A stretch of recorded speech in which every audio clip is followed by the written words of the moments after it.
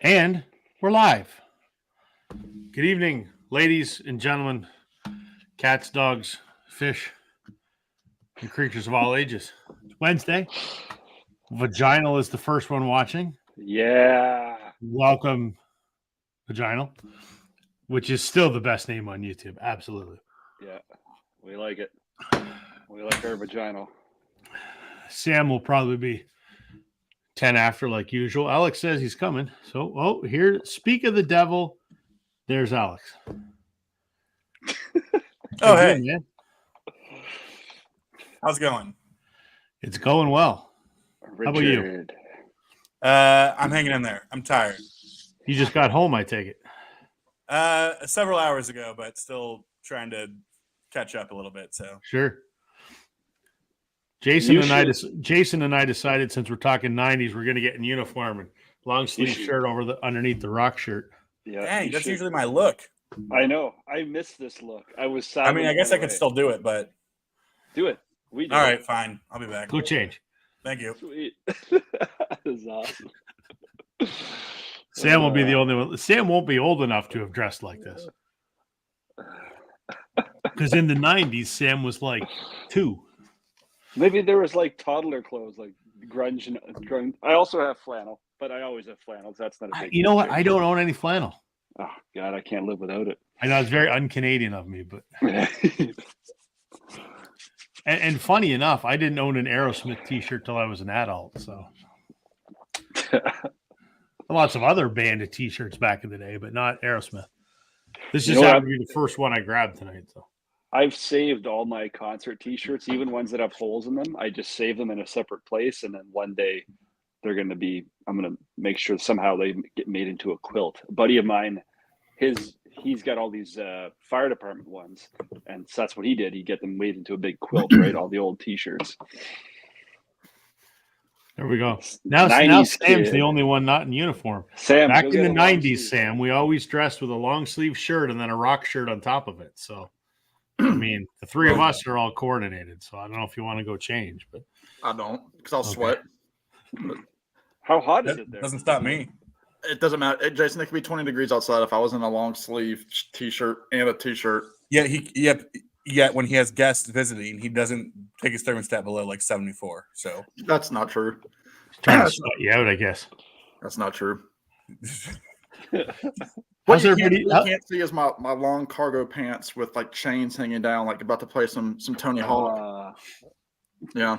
Well, just before you joined, I said Sam probably won't dress like that because in the 90s, Sam was like 2 years old, right? When were you born, Sam? Roughly late 90s. I will be 30 next month. So 94. There you go. Yeah. Believe it or not, folks, I have a university degree. Can you believe this? You beat me to it.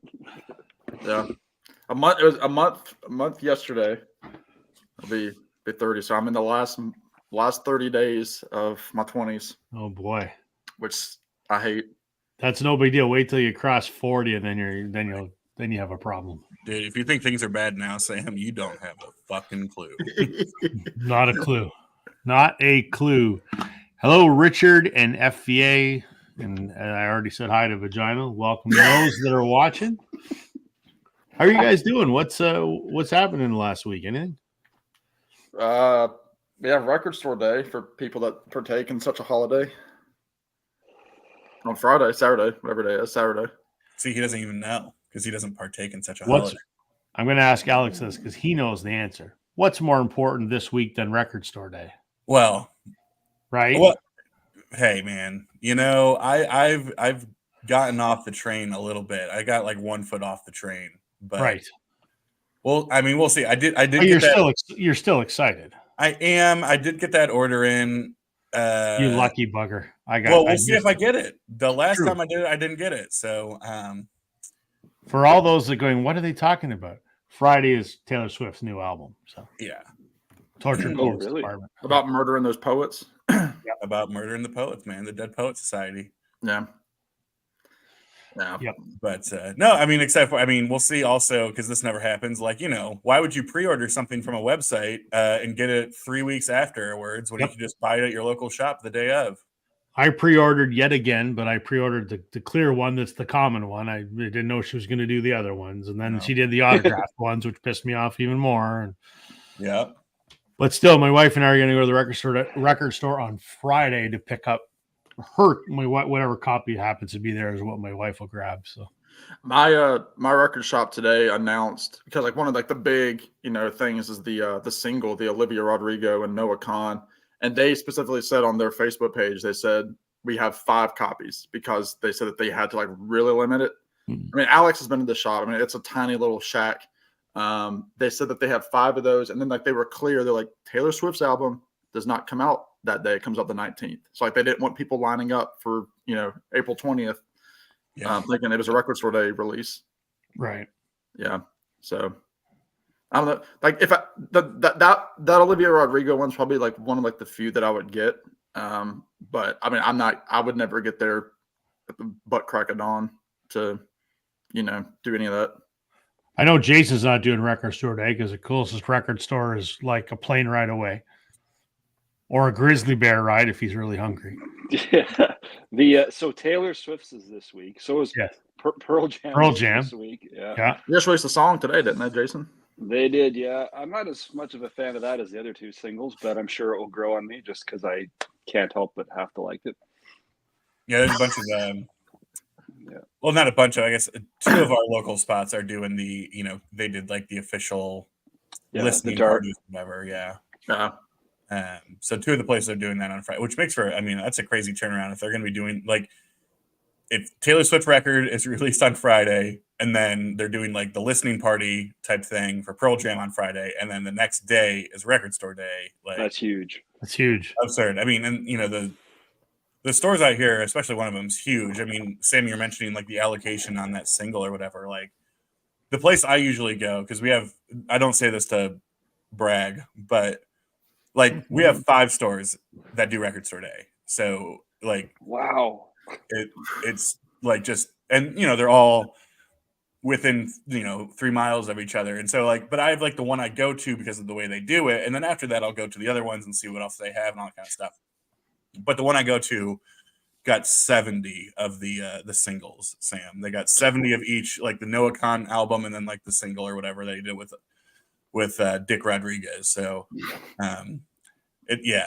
that's my favorite member of ELO. Yeah. So yeah, I'll be out. I haven't decided when and how and why. I mean, the one thing I think that's going to be limited that I really want, and I think it's just especially because people are doing these videos. I don't know if you see people are doing RSD previews now. I was told for years and years that record store day, that stores could not hold back copies. There was no pre-copies. Now it's like, oh, you just have to be a cool YouTuber, and then they just send you all this free shit, and then you could do a preview, which is just weird to me because, stores can't hold anything. It kind of takes the fun out of it, right? Because now you know what your local has because they've probably shown it on YouTube. Yeah, it is what it is. I say that with a sense of bitterness, but I also know if any label or anybody ever wanted to send me free shit, then I'm not going to complain about it, and I hope other people make fun of me for it too. So, well, that's the thing, because like you said, for years they wouldn't even allow like flip videos on the social media pages for these stores. Like they couldn't tell you what they had.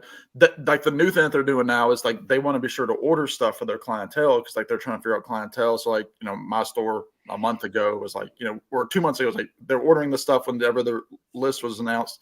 Like what do our people want to see? We'll try to order at least one of everything. So like these like off titles, like the thing that was top of my list is something that like it's ridiculous now. It's that Marty Stewart and Chris Hillman, Roger McGuinn, Birds album, $78 for 3 records and a really crappy label. The cover looks like a bootleg. I mean, it's just really bad. I've seen people that have gotten previews of it, and it's. I saw the sticker, $78. I'm like, there is no way that I could warrant that. Just no way.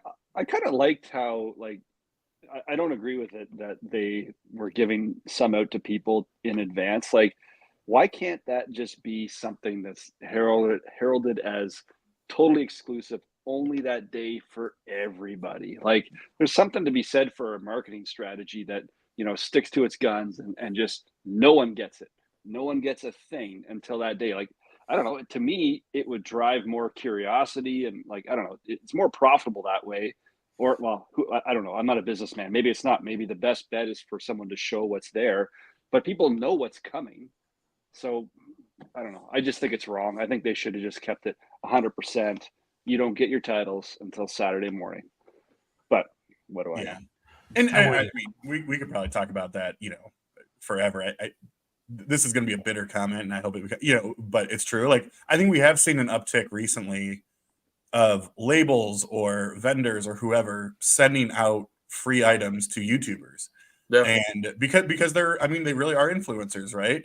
And, it's funny because it's my favorite thing, and each of them do it, which is, well, this, although they sent me this really juicy record and all these other records for free and asked me to talk about it, that's not going to influence my review of it. And you're like, but that's how this works. Like, so, and so it also just kind of has like I'll say, like, it has like a very, like, the rich get richer sort of like vibe to it too. Absolutely. Of like the people who already have the collections of 20,000 things that there's no such thing as a rare record to them because they can just buy whatever they want, are also the ones that are going to get the influx of all this free shit that is not that a local mom and pop shop would get kicked out of record store day if they were to even dare to leave a record behind for someone they love. And so it's like, okay, well, then let's just say it's bullshit and then agree with it. So, but that's bitter Alex talking. I don't know about you guys. I'm still waiting for my free records. Do you guys get yours? No. I have never got. I have to give away shit on my channel, and that's still like, I'm the one buying records for other people. You're selling a kidney on the next giveaway. Dude, I wish, man. I wish. Well, no, that's a good point. I mean, we can't talk about it for, I guess, a little bit because it is a kind of a hot thing right now. Like you said, I mean, it is, like, I wouldn't say that that's even bitter. It's like you said, it's like the rich get richer because there are the connections and there are the, it's frustrating because, like, we all put in our own amount of work into this thing. And, there are people out there who have been there much longer than I have. I mean, if I named them now, like, I probably forget names that, they have less subscribers than I do. They shouldn't.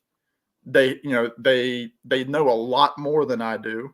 And I'm like, these people are the smart people. These are the ones that should be getting this stuff because, like, they can talk about this rare record from, 1962, from a Motown label, like, that I can't talk about. It's like, I don't know anything about it. And they can just rattle it off. And, like, we all have, like, our own, we all have our own niche.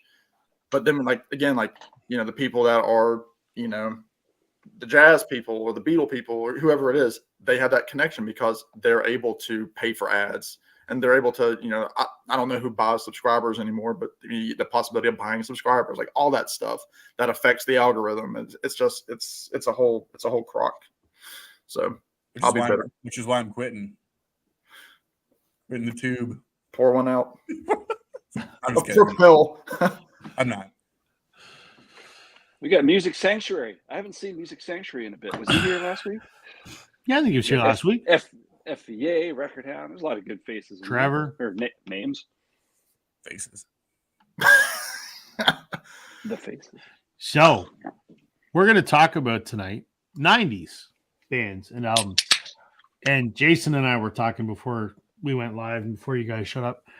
I was on with Racer Joe last night on his bi-weekly, hey, I saw those guys. And he went and saw Everclear a week or so ago.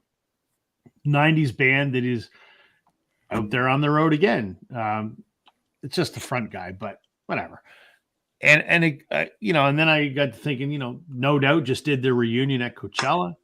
And it's interesting to see a lot of these 90s bands kind of almost seeing a resurgence. And maybe it's the youngins discovering the oldies, as they call them, which, well, they're not oldies. I was a teenager, and then I realized, Christ, I'm almost 50, so I guess they are old. But it got me thinking that it's interesting that a lot of those bands that were a thing when we were younger, and we're generally, Sam's a little younger, but, it's nice to see those either those bands being back together or out on the road, or at the very least, those albums being pressed for the first time when they haven't been pressed before. So I thought, let's talk about 90s tonight. So it's crazy that like I would say there's a lot of huge value in original 90s pressings. And from like the audiophile standpoint, I don't think there is a lot to be said about the quality of what did come out in the 90s on plastic. No. But it's like high value, and like someone like Concert Buddy there is a big proponent of collecting 90s music, right? And I am too. I just can't afford it. That's just it. Like, it's so bloody expensive, and what you're paying for isn't really gonna sound great. It's a cool collection piece, which is, you know, awesome. But like, for instance, I want to get Super Unknown by Soundgarden, right? I'm not gonna ever afford the original, but incidentally, I heard the original doesn't sound as good as the repress from, you know, not that long ago. But there's a lot out there, or there's not a lot out there. There's a lot of bands out there that have maybe one or two albums because it was just like a niche thing, possibly for their fan club. Like that's what Pearl Jam did, right? So, but anyway, yeah, I'm excited to think about it because there's a lot of bands that I just forgot about. I was talking to someone today, a friend from back east, and they were reminding me of all these bands like Silverchair and like all these other great acts that were only a CD. Yeah. It was a great decade for music, one of the best, you know. So the hot take. There you go. So let's show some 90s, folks. Who wants to go first? I'll get it out. I'll get it out of the way. All right. Oh, okay. Jason's going to show some Pearl Jam. Yeah, I'm just going to get the Pearl Jam out of the way. It's the only piece of wax I have. I have some CDs here. But it was funny when the idea came up today in our chat. I was like, this is fantastic. Oh, wait, no, I don't have any friggin' vinyl from anyone that's still active or touring. But they don't have to be active. It could just be a great 90s album. Like, it don't have to be active. Okay. I misunderstood then. It could just be anything 90s. So we're just fondly remembering a great decade of music when we were not old fucks like we are now, except for Sam. I'm so glad Vance is in the crowd here. Vance, do you like the new single today? But ultimately, I can't help but think of these guys. It's the first band I fell in love with that wasn't an old act. Like the Doors was the first band I fell for, but Pearl Jam was the first band that was relevant at the time for discovering. And this is the Yield album. This is 1998, and probably my favorite, if not second favorite, Pearl Jam album, all because of the song Given to Fly. Given to Fly is a major hit for me. They are still current. They are still touring, and I shall see Eddie and the gang in a couple weeks. Love this album. Beautiful wax. Yeah, what kind of wax you got there? I got some red wax. It is beautiful. This was the album that was like, I pre-ordered this because it was supposed to be the brand new pressing plant from Vinyl Me Please. That plant never got up and running, so I think this was done at like Furnace Record Pressing. Whatever. It was an album I needed. Beautiful. Sounds pretty decent, I guess. Nothing special, but a special band. It probably cost you like $120 all said and done. I would think this is probably a $60 to $70 record for me. Yeah, I remember like when they were pushing that out, and it was like $50 or $60 brand new. But then, you know, that's American. It was too much for what it is, but it's my band, so I'll just always pay for it. That's what we do. Let's see. There's a couple comments here. Record On says, I'm a weirdo that still bought vinyl in the 90s. So did I. 45 are still pressed until just before the resurgence started. Vance is saying, yes, he did. He went on Sunday for a listening party. Awesome. I'm an old fart, but 90s were my kids' era. Well, think about this, Marine. So, again, I'm going to be 30. So the kids that are born today, that's the same thing as when I was born, listening to albums like Pet Sounds. So keep that in mind. Excuse me. What's the problem? Pet Sounds was Pet Sounds. Anyway. Pet Sounds. Moo. Moo. Yo, Caroline. Caroline. Get up the Sloopy John. me away. What do y'all think about the I want to Granger? go home. I want to go home. Are you it sounds like you're singing SpongeBob now. Did I miss some singing? Come on, do it again. What did I miss? He was doing Sloop John B. Yeah. Oh, I had to go yell at my kid. Sorry. Yeah, we know. we all have to. No, I was telling Marine there that 90s are like Pet Sounds was to me at my young, birth. Oh, there we go. I forgot about that. Oh my god, the duck. Vaginal. Listen, it was requested in the comments. Of course, it was requested. Yeah. You got to give the people what they want. They're giving us their time. The least we can do is try and entertain them. Yeah, quack them up, Quack them up. So, quack them all. yes. I'll go, I guess. Let's see. Let's go ahead and get one of the big boys out of the way. I probably got a couple that Rob's going to show, and again, I've got a bunch of CDs too. I purposely picked ones. I picked ones that I didn't think you were going to show. Well, that makes two of us. All right. So I'm going to start here from Green Day. This is their 1997 album Nimrod. Obviously, like they're big. Wow, it's quite the face, Jason. They're big. I mean, they're big breakthroughs. Obviously, American Idiot. I mean, they had Dookie, Nimrod, that sort of thing. Pop punk band. They had a lot of crap from guys like I think Sid Vicious. Maybe he was somebody early on that was saying that they were a load of crap, that they were posers. I'm not sure. So maybe some of the guys from the Clash might have even said something about them, that they were copying them or whatever. But they have great hooks. I think Billy Joe Armstrong is a fine songwriter. They're one of those, great power trios. I mean, obviously they've built upon the band now. They have a whole touring unit, but it's still the same three. Essentially, the original guys. I know Trey Cool came on fairly early on. He wasn't an original, but I mean, they've been together now 30 some years. I mean, Dookie just celebrated. Dookie was what 25 years, or 30 years. It just celebrated. I think it's 30. 30. It was 94. Yeah, I remember that in like grade 10, something like that. So, yeah, 94. That was 30. American Idiot was 20, and they're going on tour this summer with a new album produced by the same guy. But I mean, this one, Nimrod, again, it's got some good stuff. It's got Hitching a Ride is on here, Jinx, Reject, Nice Guys Finish Last. It's got some good stuff. It's Good Riddance is on here, which was the big Seinfeld song. On the weird, penultimate episode. But I think Green Day are great. I mean, again, they don't always fit into my, rapport here on the YouTube. People think like, oh, you like your banjos, you like it's no Marty Stewart. It's no Marty Stewart, but they still have a good looking sound here, whatever that means. Yeah, Green Day, Nimrod, again, I think they're still just as good. I mean, they've had some hiccups along the way, but I think Robbie agreed too. Like their newest album competes with this stuff.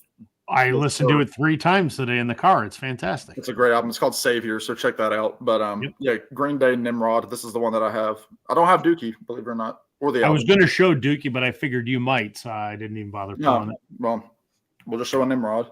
There we go. Everyone wants to see a Nimrod on YouTube. That's why they watch the 4 of us. Hey, Alex or Rob. Alex, you go next. How about some 90s? Yeah, that was kind of how I thought about it. As Rob pointed out earlier, what's funny is that although I grew up in the 90s, I would probably say in terms of like my collection or just music I listen to in general, probably my least listened to decade. I mean, I probably listen to more stuff from like the 2010s or 2020s than I do in the 90s, but still wanted to pull again for me my favorite bands, albums, etc. From the 90s. So I will start, I guess, kind of obvious because I talk about this band all the time, but one of my favorite bands, and I've always shown their debut because it's kind of viewed in such high regard. I think a great video idea would be like, and I'm sure other people have done it, so it's not my idea, but like when the debut is so good and so groundbreaking and no one's ever heard anything like it, how like the sophomore release could arguably be just as good, but doesn't have the same type of like weight or power with it, right? Yep. And I think that in a lot of ways this is the case. But to me, the 90s are really summed up big time with Counting Crows. This is their second record, Recovering the Satellites. Again, I always show August and everything after, and I mean that's the huge record that everything came from. But this was their follow-up, a little bit heavier in terms of just the instrumentation, more distorted guitars, that type of stuff. But you also think like, yeah, like it might not have had Mr. Jones on it or some of those like, King and that type of stuff, but you still had A Long December, which is one of their biggest songs. I think that had Courtney Cox in the actual music video. Also, can we talk about Adam Duritz? This man dated both Courtney Cox and Jen Aniston. Like, Right. Okay. Beg pardon? Good looking guy. Whew. He's not. He's not. That's the thing. I'm like, the fuck? So I was like, I can't date a brown paper bag, but put some dreads on a white boy with give me a dissociative personality disorder. Hit your Mr. Jones and line up my people. But no, I absolutely love this record. I might get just as much enjoyment out of this record as August. But yeah, perfect record for me. Love this record all the time. And What year, Alex? What year is that pressing? Oh, this is a reissue. Okay. Yeah, non-original, but I think this came out in 94, maybe originally. Sorry, 96. But that has been a record that's been out of print for a long time, though. I will say that's not a easy one. But I want to show this because they realistically, I would say, Counting Crows been around for 30 some years. Not a very prolific band in terms of releases. A lot of that is due to Adam's sort of mental health issues that he has. Like there are times that he will go into like a spell of like not, leaving his home for a year, all that kind of stuff. But they've toured pretty consistently over the years. I think I've seen them now maybe 3 or 4 times. In fact, speaking of 90s, the first time I saw them, I was in high school. This would have been 2004. And I saw them play with Goo Goo Dolls. And an opening for them, this will be a band that Sam will like probably because he's going to be like, oh, I love that song, was Augustana. They had the song Boston. Think I'll go to Boston. Think I'll start a new life when no one knows my name. They never really blew up. Yeah. Can't imagine why. Anyways, this was the most recent release from the Crows. It was an EP called the Butter Miracle Sweet 1. I don't know, man. That's an awful cover. That's tasty looking. But what I will say, I love Crows' first 4, maybe 5 releases. They kind of lost me with a couple other ones in the 2000s. I love this, though. Maybe just because it's short. It's an EP, so it's only like, I don't know, maybe 27 or so minutes. But I love this stuff. I've listened to this a whole lot. And I will say this is the only place that you can get a physical version of the song August and Everything After, which never made any records, but is arguably one of my favorite, if not my favorite, Crow song of all time. So I've never listened to it. Yeah. There's that.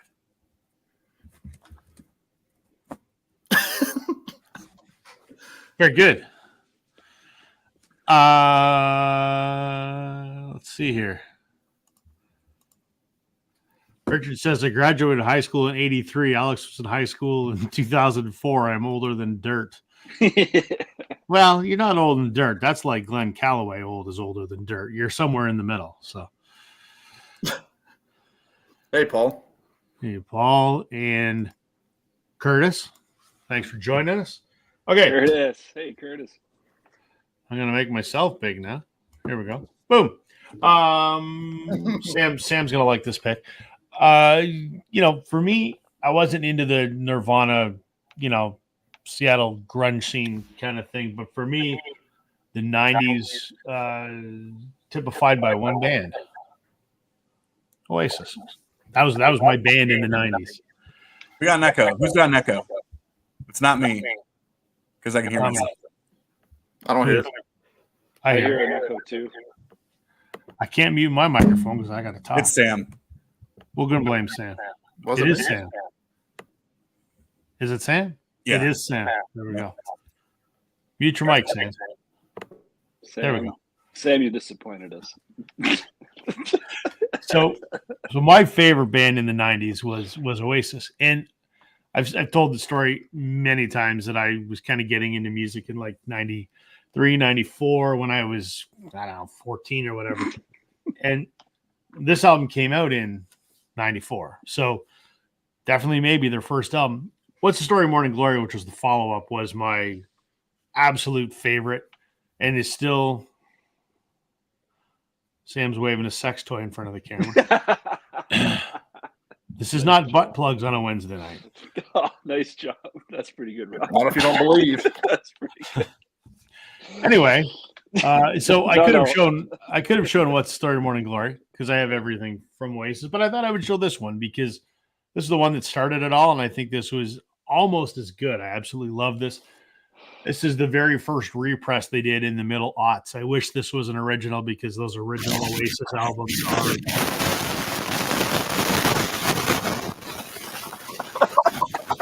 Is it an echo still?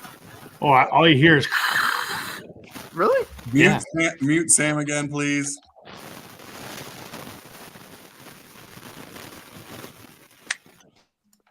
Thank you. Trying to host a thing and everyone else gets a turn and I'm trying to talk and it's shenanigans. Anyway, as I was saying, I could have shown What Story, Morning Glory because that had a larger impact on my life and still one of my top albums of all time, but this is kind of the one that started it all. So definitely maybe Oasis. I love it. Love it. Still don't have any Oasis, by the way. Oh, you got to get some. At least the first 2. 3.5. So these are good. Be Here Now is pretty good. Master Plan, which was the 4th album, it's a compilation. It's pretty damn good. Then after that, it's dramatically diminishing returns, I would say. Yeah. So, yeah. All right. Some comments here. Trevor. Nice job, Trevor. That's good. What did Trevor say? Where did I miss that? That's Trevor we're looking at. I'm not. Oh, Jesus. Oh, Jesus. Alice in Chains of Dirt came out in 92. So all of us, well, good. That's a good point. My wife has an OG pressing of Dirt from 92 or whenever the first pressing was. I don't know if it came out right that year, if it was a couple years after, but anyway. That's great. It's one of those ones she bought it on eBay and she paid like $30 for it. And I'm like, a horseshoe up her butt when it comes to finding that stuff. So the Sussex one on my broadcast. No, yours are much better. Don't worry about it. My dad's birthday was April 1st. You've got to be joking. See what I did there? Happy birthday, fellow fool. All right. Around the horn again. Jason, you went first, right?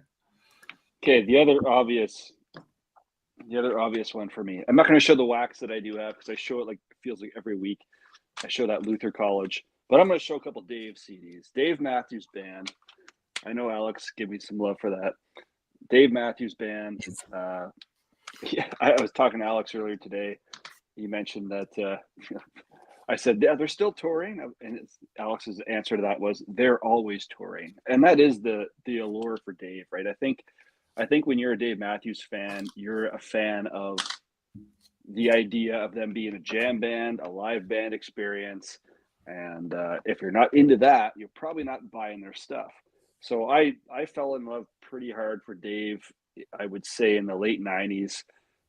He had already released a few albums. That Luther College album came out, which was an acoustic album with him and a longtime collaborator, Tim Reynolds, like one of the best guitarists in the world, I'm guessing. And so they put something out, and that was incredible. That made me want to learn guitar, and I learned a few basic songs. But Dave Matthews is the reason why I own and play guitars. And ultimately, from that point forward, I just went all the way back to the start of the catalog. I have every CD up until when I kind of fell off the radar a bit after university. And like being my age, it is a massive cliche that in university you had an acoustic guitar and you played Dave Matthews songs. It's like it's almost embarrassing to say. I don't give a shit anymore, but like that was what you did. You learned Dave Matthews songs. when I turned 19 and I started going regularly to the bars in Halifax, it was all I could do to go to all the open mics and see people playing Dave Matthews songs on acoustic guitar. Sam, you should learn some for me and learn an acoustic. Yes, please do. Thank you. I tried. How does it sound? Does it sound like crap? Sounds great. Does it? Perfect. Oh, echo though. There's echo. Maybe your phone. Turn your phone right down or something. My phone. That Oh, that sounds sound- good, Sam. that That's sounds like your sexy. phone sex voice now. How's it sound? Oh, buttery. No, I tried to learn. This looks ridiculous. I tried to learn Crash at one point, like freshman year, but it was Yeah, it came out that's like the terrible. first song everyone learns. Anyway, I'm the Dave- king of the castle. oh, You're a dirty asshole. Yeah. Anyway, that is my other choice for 90s group, and they're actually still touring now. I fell off the map with these guys before, probably a few years before their longtime saxophonist died. Leroy Moore was in some kind of ATV accident and died, and that was a big shock for the band and all the fan base and everything else. But so I haven't really paid attention since his passing. I'm sure it's still great stuff coming out, but to be honest, I haven't listened to anything. You know, to me, they have always, and in fact, so I saw them and the only time I've ever seen them was on that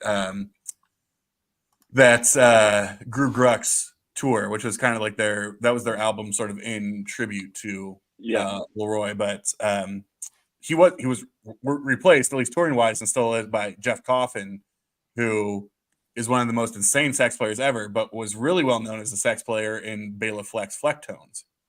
So I didn't know that. The Glenn connection there. But yeah, I mean, he'd go around, he's playing two saxes at once, and I mean, just he was insane to watch. But yeah. That's funny you say that. I remember seeing Dave, I think it was, I don't know what year it was, but I saw him in Ottawa and Bela Fleck opened for him. I remember seeing the saxophonist playing like two saxes at once or something ridiculous like that. Yep. In addition to, of course, Bela Fleck being phenomenal. So what you're saying, he's bisexual. That's good. That's good. That's good. He's here all night, folks. One of the because I mean, obviously, I've got to speak up for Dave because Dave is, his home is in Charlottesville, Virginia. At least it was for many, many years. And South Africa. Yeah, Charlottesville, South Africa. I know he was also a South African. He's got that strange accent. But anyway, hold the mic up to your mouth, Sam. I can barely hear you, Sam. What is different this is some week? BS. No, hold the You're mic dead serious, Sam. I wouldn't be fucking with you. You wouldn't? No, I wouldn't. I promise. All right. That's like a voice of radio right there.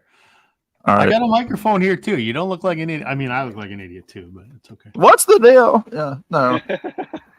No, with Dave, one of their earliest recorded concerts, this is so stupid, was at where I went to college, Bridgewater College, which is a small, Division III liberal arts college.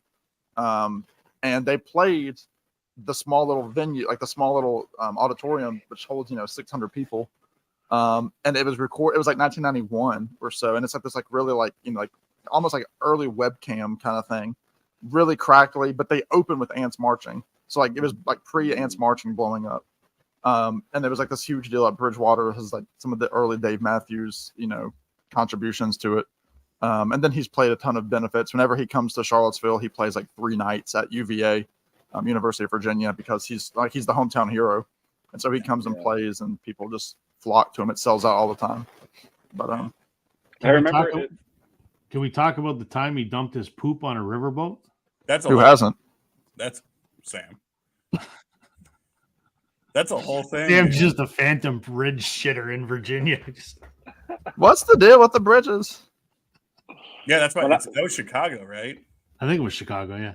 It's like, it's the city of Chicago still hates Dave Matthews. I think there's something metaphoric about that, but I'm going to let that slide. I remember, like, when I got into that, it was like late 90s. And so Napster and LimeWire were kind of up and running or something like that. And I was downloading everything I could from that was acoustic rock or acoustic whatever. And Sam, Dave was one of them. John Mayer, before he actually released an album, Howie Day, they all kind of played acoustic stuff.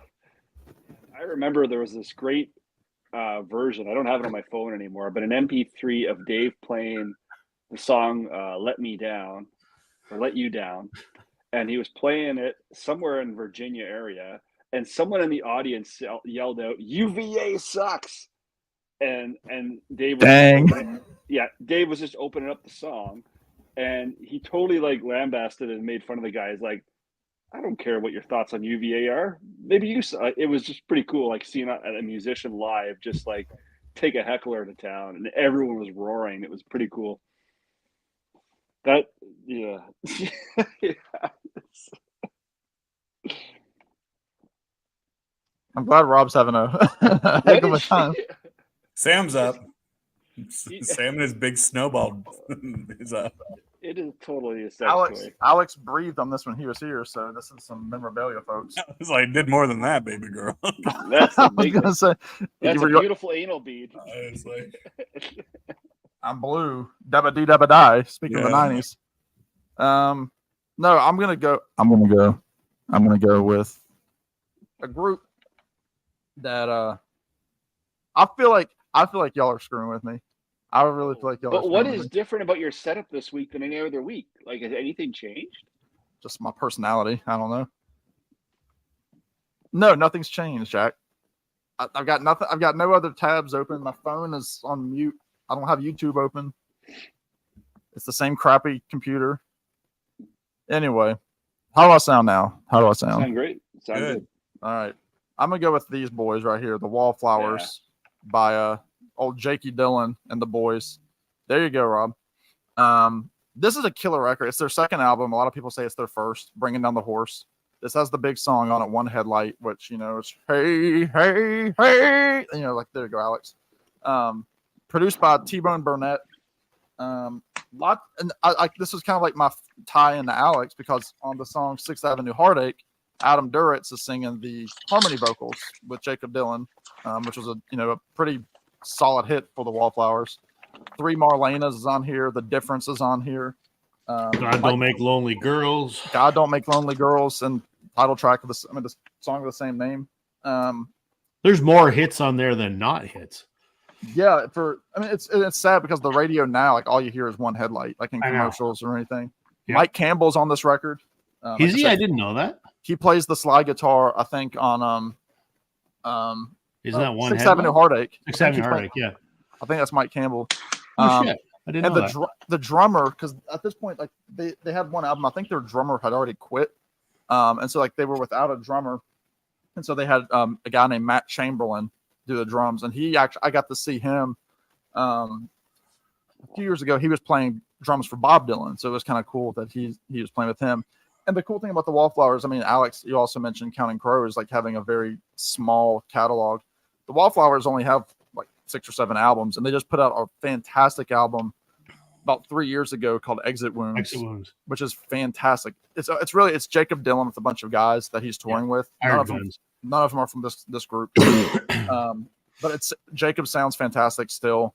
His songwriting is great. And they aren't like, their production isn't, they're just solid rock and roll. I mean, some of these songs, like you could hear Tom Petty doing. I mean, he loves Tom Petty. Obviously, his dad was a Wilbury with Tom Petty. He sings his songs live. He respects the old guys. Like I've seen the Wallflowers twice. He's done Cat Stevens, Van Morrison songs, Tom Petty songs. So he has major respect for the guys from the 70s that were hanging out with his dad. But yeah, Bringing Down the Horse, just a killer record. I listened to it yesterday. And every time I listen to it, I'm like, man, that's such a good record. It's so good. So, and if they come to your town, again, it's Jacob Dylan and the boys.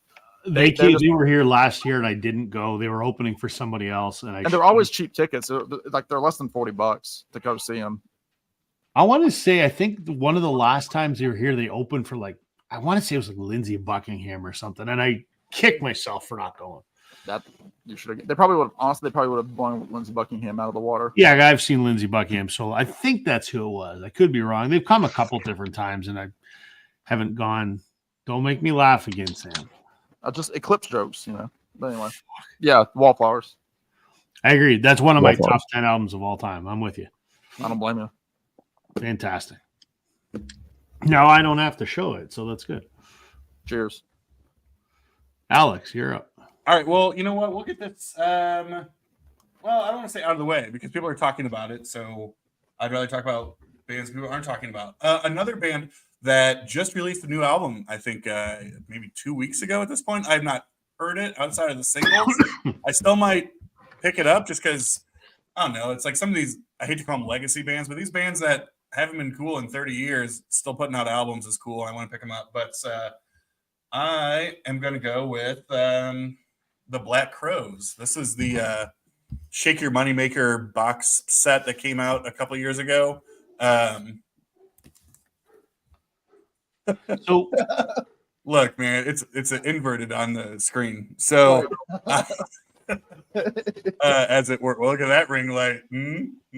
Okay, there it is. Okay. Anyway, so let me ask, what's in that box set that's in addition to just the album? Because I have just the album. Yeah, so you got the album, and then you got an additional, like, you know, nonsense box set of like some extra shit that didn't make the album, and then you do have a live record. So okay, I appreciate the live record. Sound quality's good on it. It's not just like trashy bootleg stuff, and it's like the from box is worth picking up. that tour. Yeah, and I remember getting this box.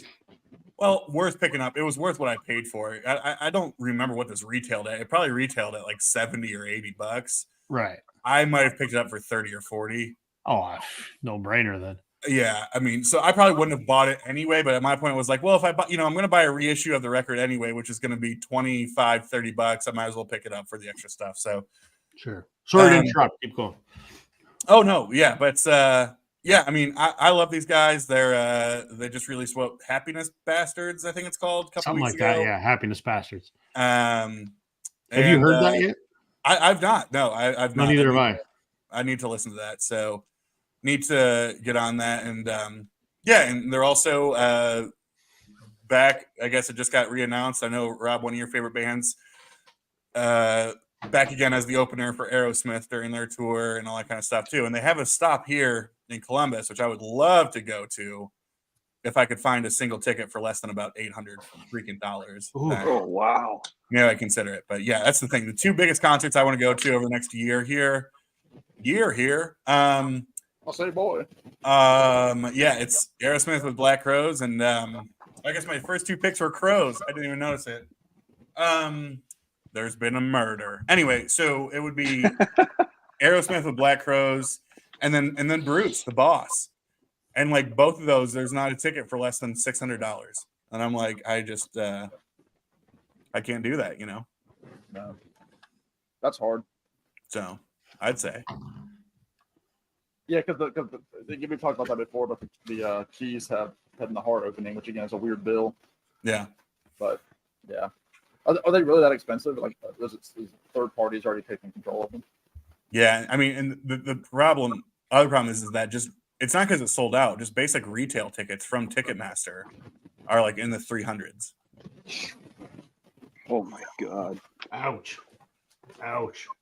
It's pretty tough to justify that much money for 2 hours, maybe even less than that, right? Like, that's a lot of money per hour. I mean, yeah, it's the thing. It's like, if you want to give me a ticket in the front row and then give me a meet and greet and then pay for all my drinks and all my parking, probably still not. But yeah, I'd pay big money for an experience on that level. Like, meet the band, go backstage, great seats for the show, maybe take a set list home.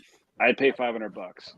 Would I pay $200 to sit in the nosebleeds to watch something that will sound like garbage? Probably not.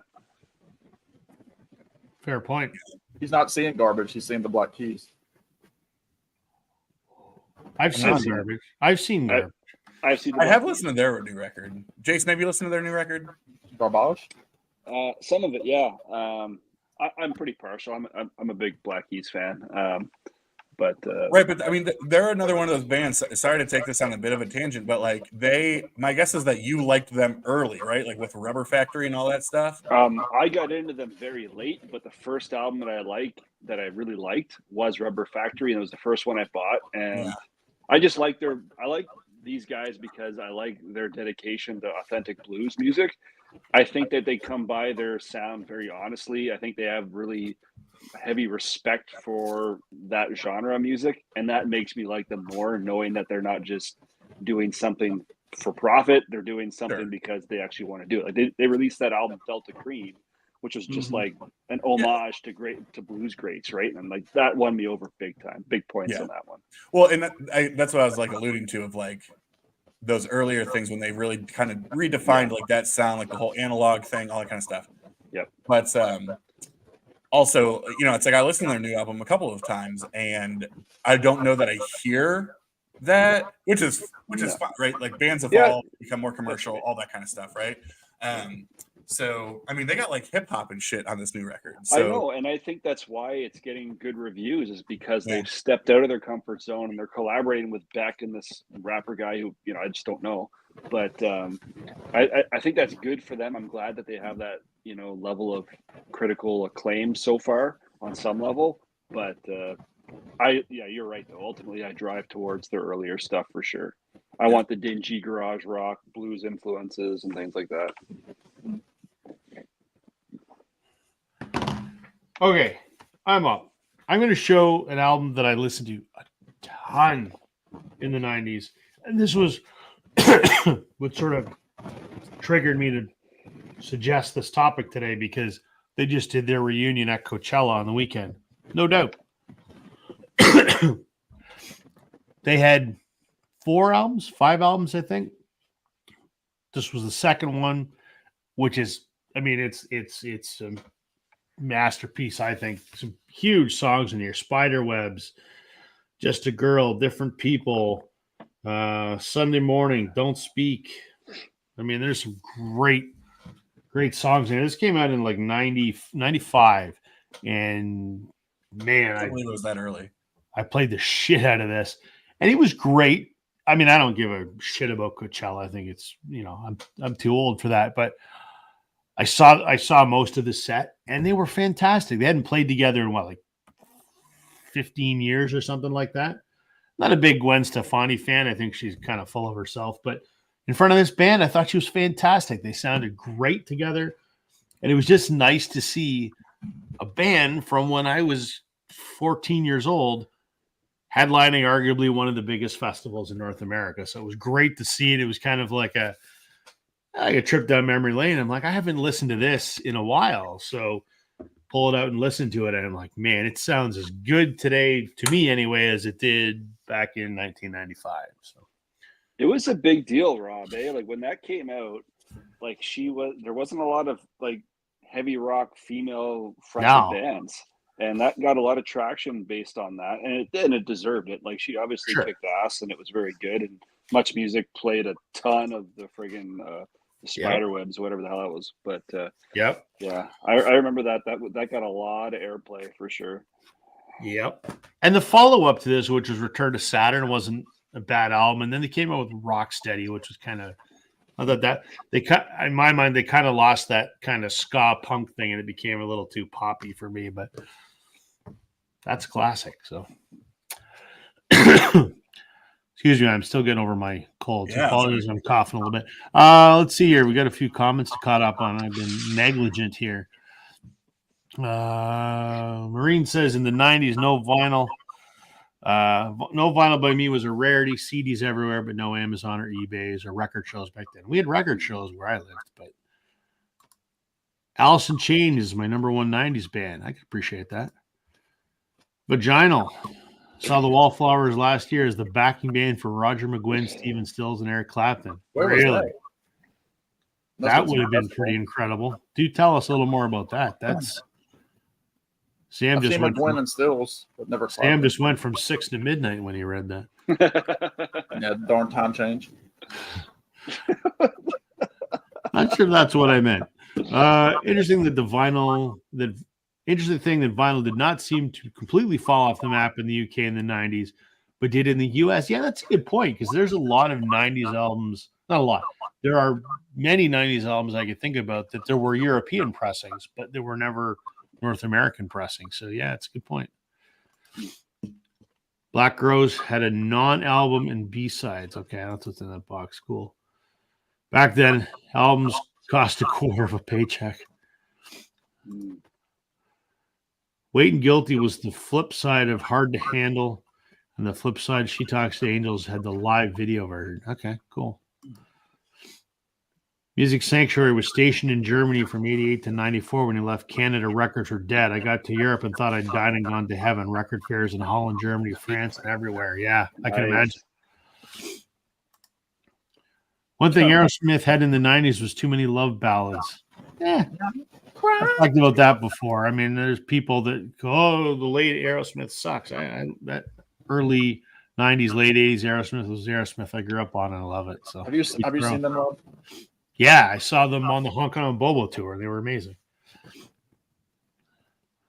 I know they just announced new dates, like the canceled tour from last year. I'm just looking up the ticket prices, but since our good friend JWG Moore mentioned 90s group that sold 100 million albums. I knew it. I mean, I don't need to talk about it now, but you know, love me some Spice Girls. I won't. Curtis says I played that album a ton. Speaking of no doubt. Yeah, no doubt. Or a ton even. I read that like Snagglepuss. A ton even. A ton even. Would that, since Curtis, is that a metric ton or an imperial ton? A tone. That's a difference. An ex broke up with me and told me by listening to Spiderweb she didn't like getting caught cheating. Oh yeah, there you go. That's a shitty way to go. Like to No Doubt, they were different. Crossroads Guitar Festival in LA. Okay, that makes sense. Very cool. It'd be a hell of a show. I'm trying to find an OG copy of Jagged Little Pill. Yeah, aren't we all? I've got a reissue, but wow, the OGs are hard to come by. That was a landmark album. I keep looking for OGs, hoping that someone just doesn't know that it's an OG. But yeah, we all are. Yeah. And Alex, what does OG stand for? Original. Right.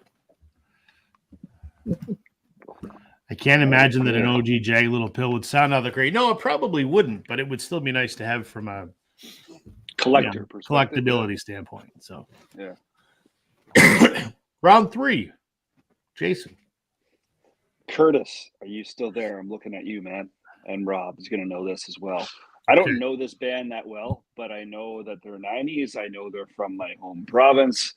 And one of the guys, I don't even know which one, actually went to my high school, but obviously graduated years ahead of me. I never met the guy or anything like that. And that is the band Sloan. Sloan. I didn't pull any Sloan. Shit, I should have. I was wondering if you were going to or not. Like, this is 1996. This is their 4th album.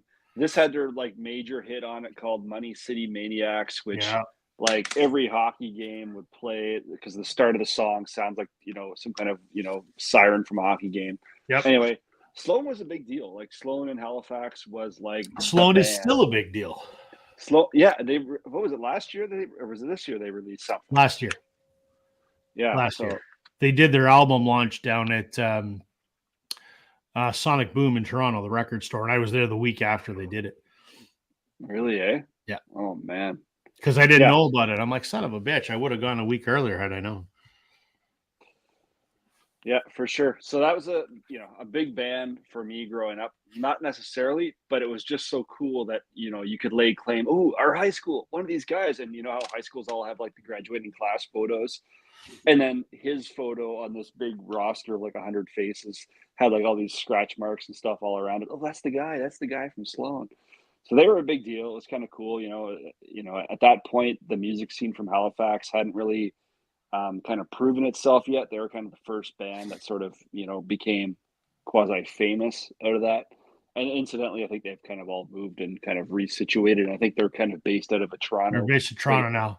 The one guy, the lead singer guy, lives just like a block away from my buddy down in Hyde Park.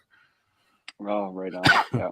So yeah, definitely a point of pride, and point of pride, but also shame because I don't know enough about them, considering how close they were to me. But anyway, Sloan.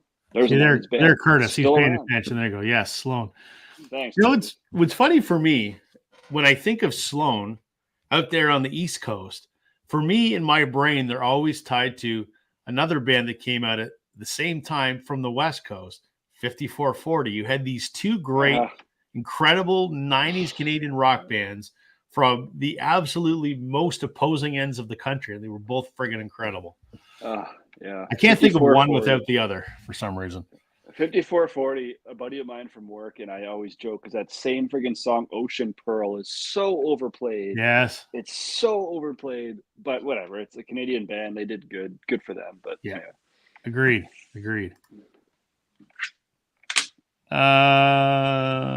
Let's see.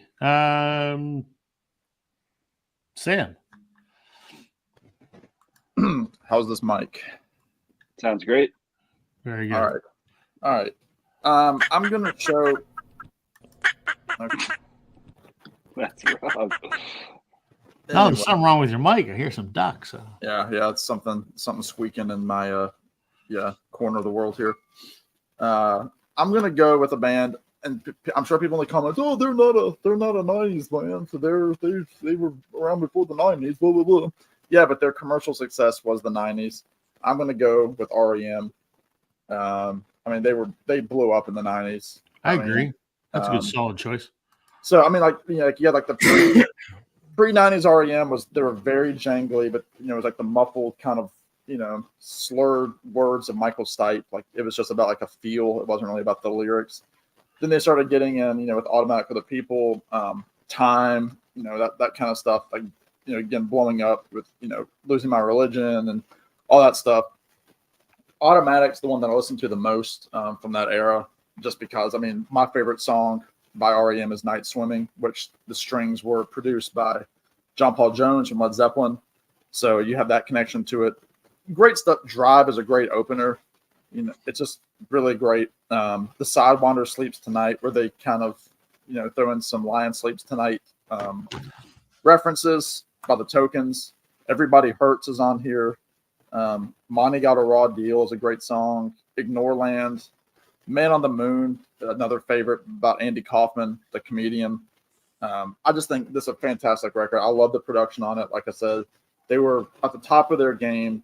It would have been so cool to see REM during this time. And they're one of those bands that I'm starting to appreciate more as I get older. I mean, obviously they pull in, the jangle sounds of the Byrds from the 60s. Tom Petty, I mean, they used to cover So You Want to Be a Rock and Roll Star by the Byrds. They played with Roger McGuinn before.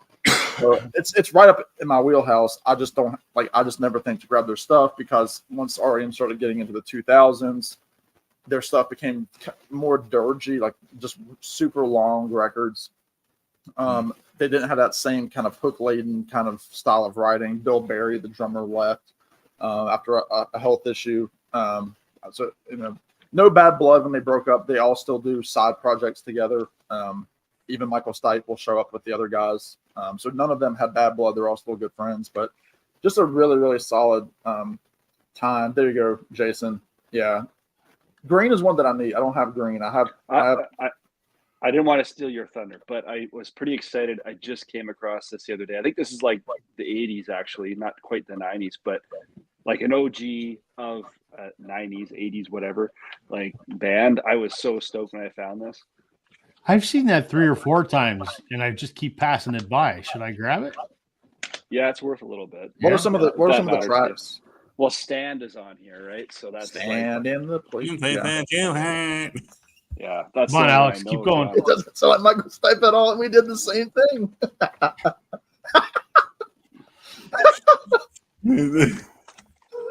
I literally grabbed this because I knew it was kind of a rare thing, so I shouldn't even show it. It's not like I love the album you showed. I have on CD. That is Sweetness Follows. There's another tear jerking like that. That is a emotive song, right? Like that pulls a lot out.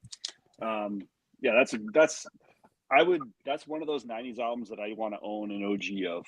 It's just so seminal, right? It's so perfect. And I mean, I'm even a fan of, they always talk about they hate Shiny Happy People. I like that song, with one of the members of the B-52s. I can't remember her name offhand. But I mean, that's a great song. And they were really doing some good stuff in the 90s. So I felt like when people think REM, they think of, again, Losing My Religion, Everybody Hurts, that kind of stuff. Yeah.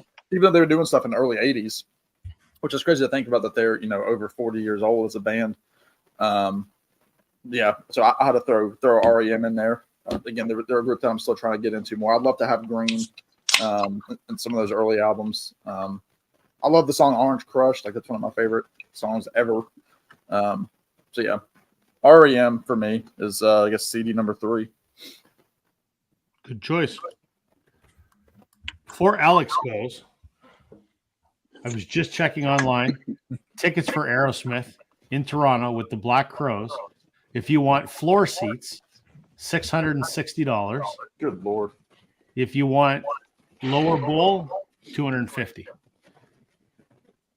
No, I'm not doing it. no.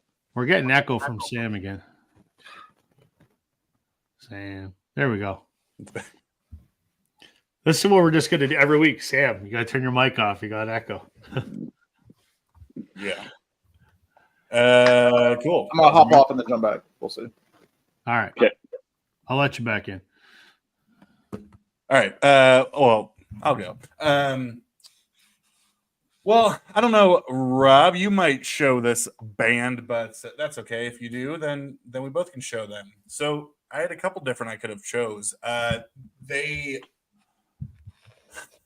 Trying to think of how I described them. I mean, they're one of the most well-known bands ever, so it's not like I have to like define them for people. I think of the 90s bands, they've always held a more special place in my heart than the others. Because I think people probably don't know how to really define them outside of just alternative. They're certainly not grunge. They're not pop. I mean, it's hard rock, but they do a little bit of everything. And of course me, because I'm such a sucker for, progressive rock or conceptual music or grandiose compositions or just all those types of things. I've always loved, of the 90s bands at least, my favorite has always been Smashing Pumpkins. So I was going to say, if you were going to show Melancholy, yeah. Okay, well, all right, good talk. Yeah, and I love Melancholy. I pulled this one and said Siamese Dream. I love Gish too, by the way. And was it Adore? Was that what came after? I think so. Oh, yeah. I Was that think okay? so. I mean, all solid, but what I mean? Like, I don't know, Billy Corgan too is a pretty like polarizing figure and singer and all that kind of stuff. But to me, I just think in terms of creativity and expression and lyricism and musicianship, to me, they had everything that I typically don't find in 90s bands, right? Like the 90s were all about like, grunge was all about getting back to basics, right? It was all about that kind of stuff. But for me, I've always just really appreciated the way that they've approached these things. And Melancholy, I think what's so great about that record specifically is just given the timing and where the world was at with music, is that record should not have worked, right? Like it should not have worked the way that it does. But look, I mean, this is a banger too. I mean, there's so much good stuff on here. Obviously, Cherub Rock was huge. Today, huge. You have Disarm. I've always loved Disarm. Well, this is going to be a shout out to Sam as he gets up and walks away.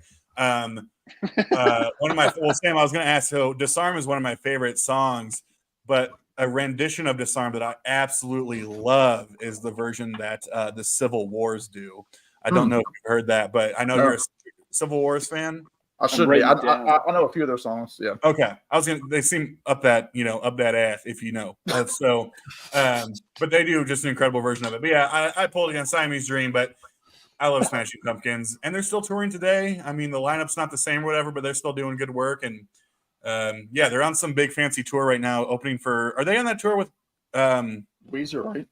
Weezer. No. Are they on the tour with Green Day? Oh, No. That'd be pretty powerful. No, they're on tour doing a whole bunch of baseball stadiums this summer. Huh. Let's give it a Google. I need that album.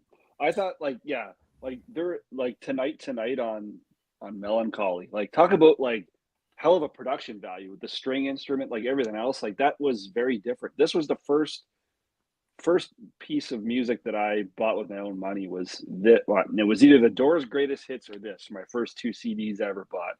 And this was so bloody expensive, right? A double CD, like oh god, yeah. Yeah, but I played the hell out of that. And Rob would probably remember that Bullet with Butterfly Wings held the title on Much Music. What was that thing they did every week, like a request show or some shit? And that song carried, like, I don't know when the record got broken, but it was the longest for the long time of the most. It was the most popular thing they played. Yeah, I had forgot all about that show, but I know the one you're talking about. Yeah, what the hell? How was I'll it figure it out called? later. I mean, But that held the record. That Melancholy, though, I mean, and again, this is why I like Melancholy. Really is the representation of why I love that band. Because I mean, you could argue that Melancholy is a prog album. I mean, 1000% you could argue that. I would argue that. I mean, that record has everything on it. It's got orchestration. It's got string sections. It's got, I mean, it's got pop. It's got obviously weird stuff. It has metal. I mean, there's some real heavy there's some stuff hard on stuff there with on like there, blast beats. I mean, like XYU is everything. pretty heavy. Yeah, there's a lot. Like I did a paper in grade 10 where you're supposed to dissect a song or something like that, and I chose 0. I remember it was I got a great mark for it too. I love that. And yeah, it's just so people know I was right. Smashing Pumpkins is touring this summer. They're playing a bunch of stadiums with Green Day and wow, what a bill. Rancid and the Hives. It's like one of those like big things. So, but yeah, Jason, the show was called Much on Demand. That's it. Yeah. Awesome. Boy, that takes me back too. I wasted hundreds upon hundreds of hours watching Much Music. Oh man. All right. I'm gonna show a band that I don't think a lot of people take seriously. I don't even know if they took themselves seriously. They started off as a kind of a punk rock band, and they became very mainstream. A lot of people shit on them because, you know, they're commercial sellouts, but goddamn, the songs that they put out that were commercial radio hits are some of the greatest anthems of the 90s. It's Goo Goo Dolls. they're great. They're fantastic. Johnny Resnick and Robbie Takak. I mean, this is my OG of Dizzy Up the Girl, which was a like grail for me for a long time. It didn't come out in the 90s, but the first pressing was in the 2012 or something like that, and impossible to find. And I finally grabbed one. But this album was classic. It had Dizzy, Slide, Broadway, Black Balloon, Iris, which was their monster. Another hit. heavily played song. But was Iris originally on? I thought Iris was the soundtrack song. Was that originally on it in the CD when it came out? Yeah, absolutely. It was. Okay. Yeah. Great. I mean, this album is just killer. I mean, they've got some other. I mean, they have some other good albums. This is a case of this album was so good that I don't think any of their albums will ever come close to touching this. I've got their greatest hits and their rarities and a bunch of live stuff as well. But this is still. You got a boy named Giggity over there? I don't have a boy named Goo, but I'm looking for it. A man named Goop? A man named Goo. That's got name on it, right? A boy named Goo, yeah. Yeah, right. Yeah. I've always liked that one, that little jangle. Yeah, the way that they they started as a punk band in the 80s, right? I mean, it's their history is kind of crazy, but they really like not even popularized. I don't know. They had a style with their writing where they were playing everything in like open C or open, like their tunings made no sense. Like that was just the way they did all that stuff. There's one song, and I can't remember it might be Name. I can't remember what song it is, but the way that Johnny tunes his guitar is every string is tuned to E. Every single string. Name. So you just have E played in, you know, a couple different octaves, and that's how the song is. But everything is a bizarre tuning. So learning to play Goo Goo Dolls songs is I don't think I can play any of them because I can't figure out what the hell the tunings are. So yeah, but it's weird. You look at their first album, which was I can't remember. It just came out on Record Store Day. They reissued it. Yeah, it's like red and white. Can't remember what it's called, and that's very like punk album, and not radio friendly at all. Yeah. And then you go to this, which is incredibly radio friendly. Like you would probably hear it sitting in the dentist office. I'm okay with that. There's nothing, just because it's played on the radio doesn't necessarily mean it's crap. So 90s band that I love, and they're still out there touring, and I'd like to go see them, I think. I remember when I saw them because again, I saw them when they played with Counting Crows in 2004, and then again in 2008 or 9, maybe. When was Let Love In? When was that record? Oh, Was that? I can't remember if that was 04 or like 08 or whatever. something like that. I must say 04. Yeah, I mean, I like that. I mean, the singles from that record were good. I've always enjoyed yeah. that. I'm going to look it up. Goo Goo Dolls, Let Love In. That was 2006. Okay, so it split the difference there.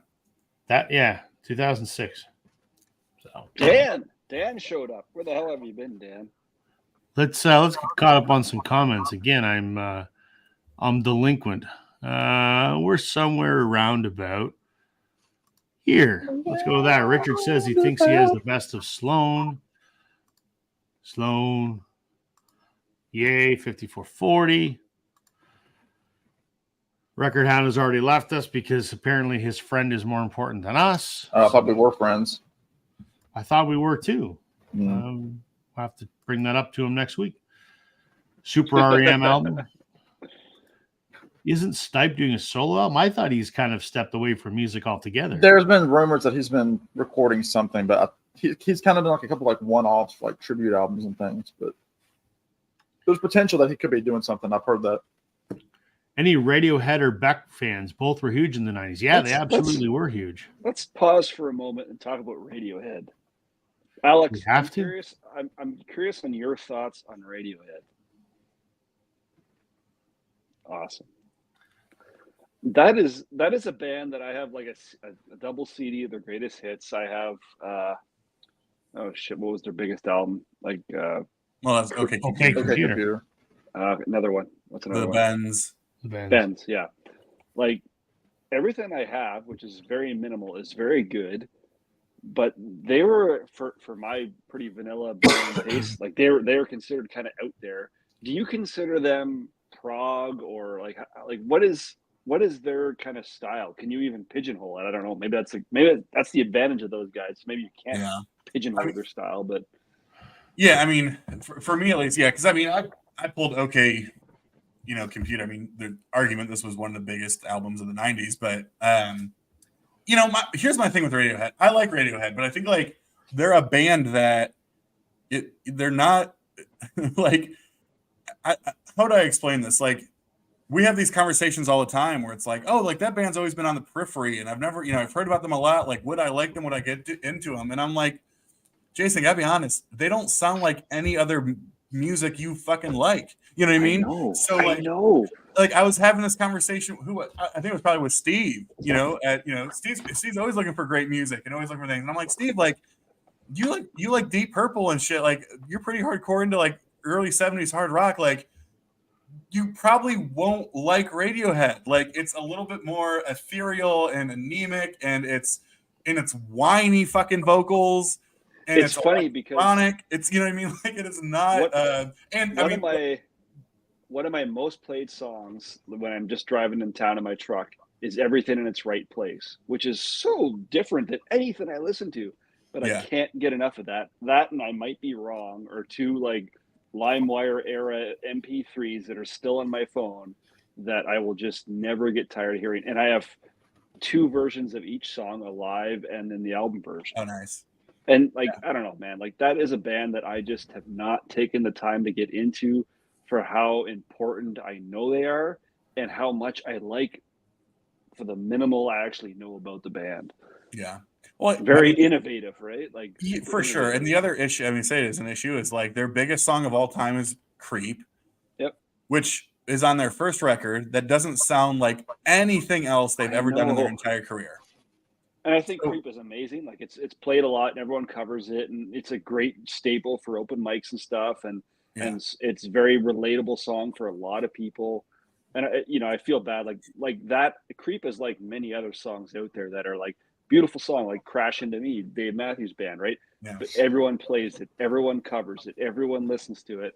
And it's sad when a song gets to that level that the beauty is chipped away because of the popularity. I think Creep is one of those songs, but yeah. Well, and as the resident US, as a resident prog guy on the panel, I mean, here's the thing, right? Like, prog fans get really upset about this type of stuff. Like, is this prog, in the sense of, like, does it sound like Genesis? And yes, no.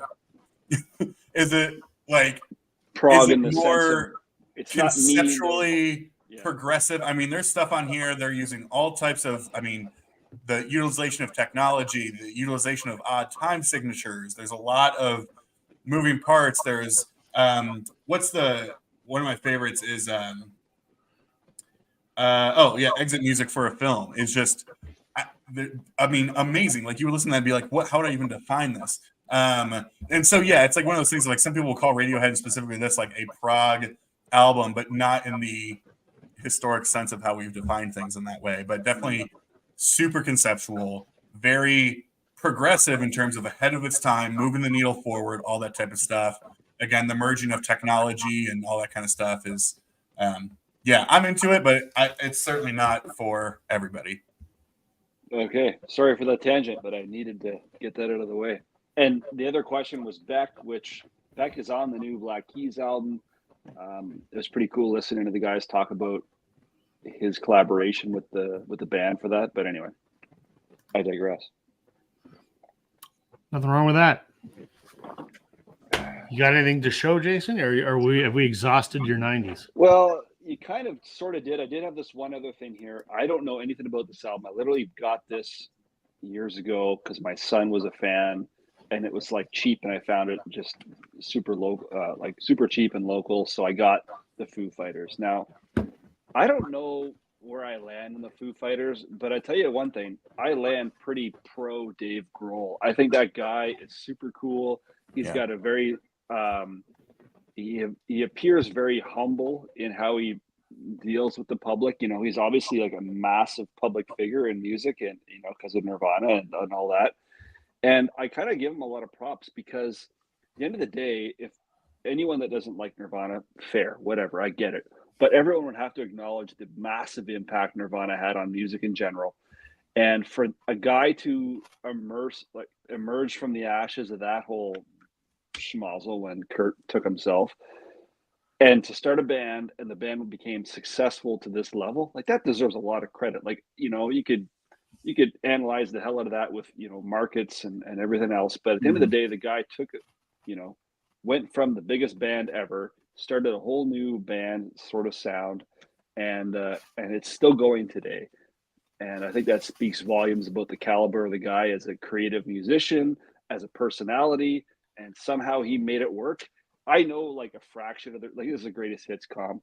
I know a lot of the greatest hits, not all of them, but again, a great 90s band that is still around today. And I don't think they're letting up anytime soon. They obviously lost their drummer, and that was tragic, and they're going to probably keep going. To further your point, I agree with everything you said. I'm not a big Foo Fighters fan, but I agree with everything you said. But to underline the point a little bit more, he was in one of the biggest bands ever, but he was a drummer in the back, and he goes to create the Foo Fighters, arguably one of the biggest bands of the last 20 years, and he steps out from behind the drum kit, being the guy in the back, to being the front man, the guitar player, and the principal songwriter. I know. Holy. And that first album was like McCartney. He played all the instruments on the very first Foo Fighters album. Yeah. Really? I didn't know that. Wow. The very first one. Yeah. He played all the things. There's a great. Cool. Sorry, go ahead, Alex. Oh, no, because I was just agreeing with the fact you stated, because I think, like, Taylor Hawkins was not on that first record. Like, he was not the original drummer. Like, Dave Grohl was. Who was he drumming for, do you know? Sheryl Crow, right? No, who was it? Who, Taylor Hawkins? Yeah. I don't know. It was a female. Alanis. What? Oh, it was Alanis. Yeah, that's right, yeah. Yeah. And later, drummed on my favorite Coheed and Cambria record. One of the well, what I was gonna say, it was just a joke that Dave Grohl, and you might have seen this online, but their first time on Saturday Night Live, Christopher Walken was the host, and we all know, everybody says, Foo Fighters, like that's how you say it, and so Dave Grohl, Dave Grohl, he talked to Christopher Walken before, and he's like, he wanted him to have the emphasis on the Foo, so just so that he could do like his whole walking thing. So yeah, he did the Foo Fighters, yeah, Foo which is Fighters. awesome. Like because they told him to do that just so that they could hear him do Foo Foo Fighters. We're all doing Ladies and gentlemen, a Foo Fighters, yeah, it's awesome. That's right up there with more cowbell. You gotta love it. Oh, yeah.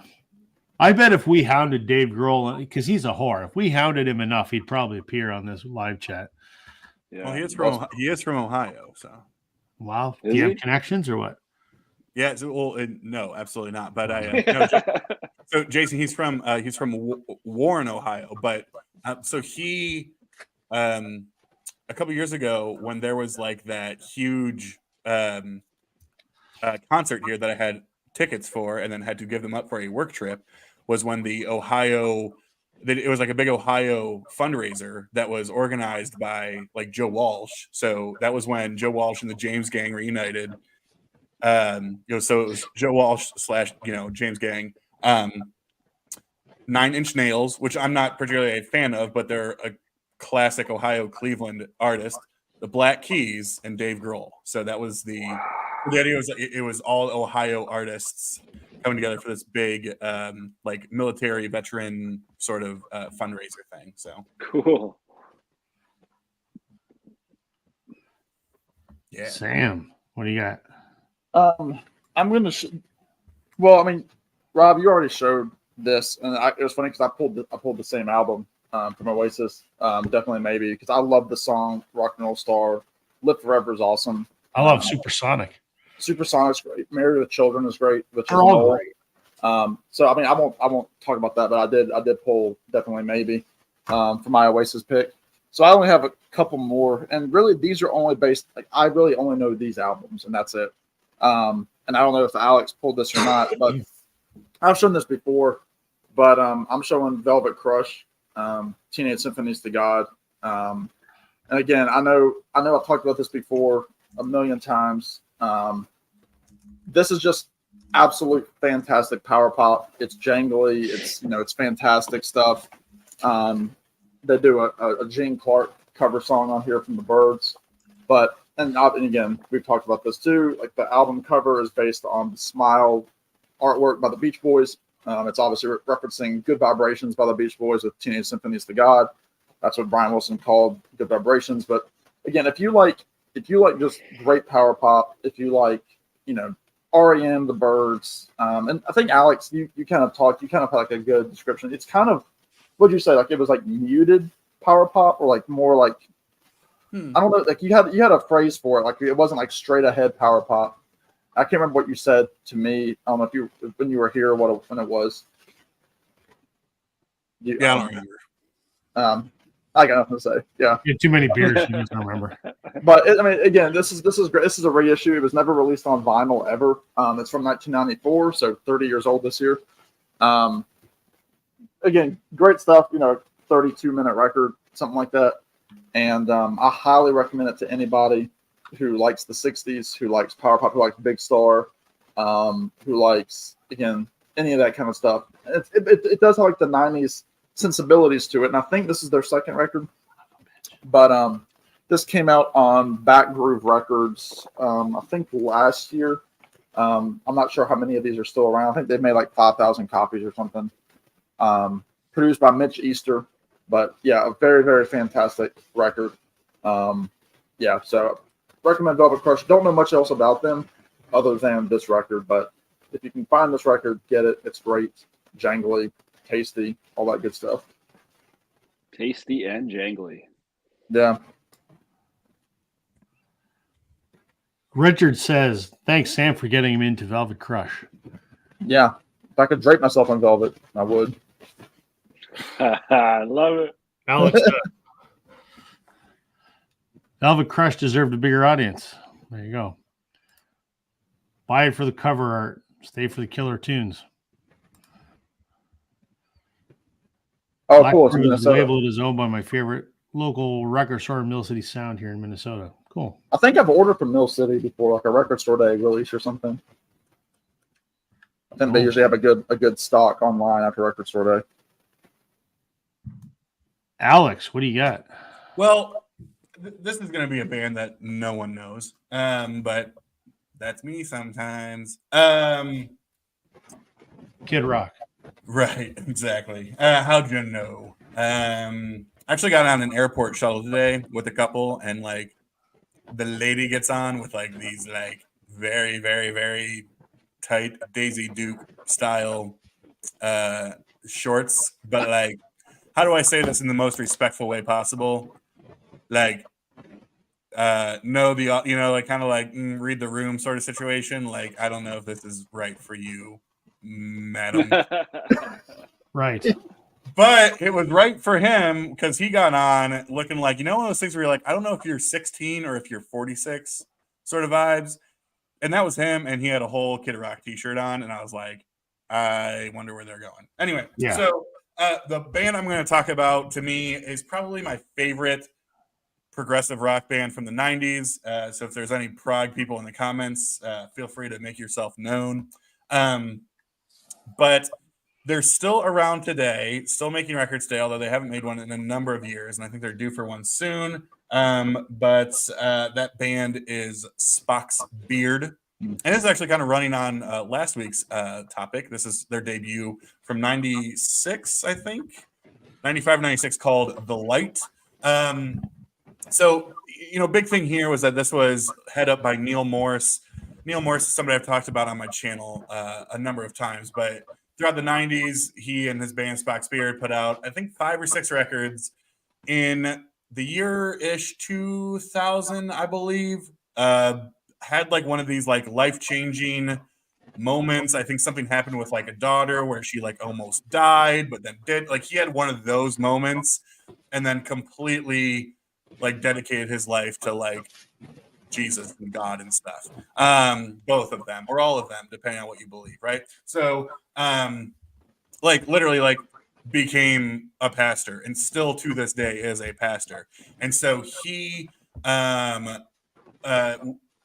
saying all this was interesting because arguably this is like one of the biggest prog bands of the 90s. This whole thing happens. He completely leaves the band and then dedicates his life to like Christianity, all that kind of stuff.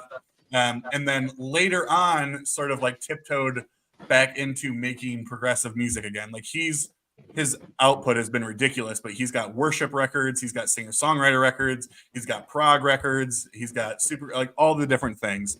And so wanted to give this a shout. This is a very odd cover art, by the way. I don't know if y'all are. Yeah, I don't get it. But yeah, I mean, but you want to talk about like long songs. This is let's see. 4 sides, 4 songs. So you have The Light, which is 15 minutes, 33 seconds. Go the Way You Go, 12 minutes and 3 seconds. The Water, 23 minutes and 7 seconds. And then the short pop ditty on side 4, which is 6 minutes and 11 seconds. So they definitely leaned into the grandiose composition, long songs, very Genesis type stuff. So yeah, if you are more of an old school guy in the comments and you're into all those bands and you don't know about Spock's Beard, I would say again, give any of their first 5 a listen. Again, he left and then they brought in more singers, but they're kind of known as like, oh, I like the Neil Morse Spock's Beard stuff. That's kind of in their heyday. So yeah, really good stuff. All in on that. very cool. Very I always cool. thought that they were more 70s, just based on the name and everything. Yeah, I could totally see that. Yeah, they definitely have that, and they sound like they are too. I mean, they are like a very, very 70s sounding band for sure. How many records were there? I'm sorry, what's that? How many records did they have? Oh gosh, well at this point they're probably got close to I don't know 10 or 12. Okay. But yeah, in those times, I mean, they were probably releasing a record every year from 95 to 2000 or so. So, yeah.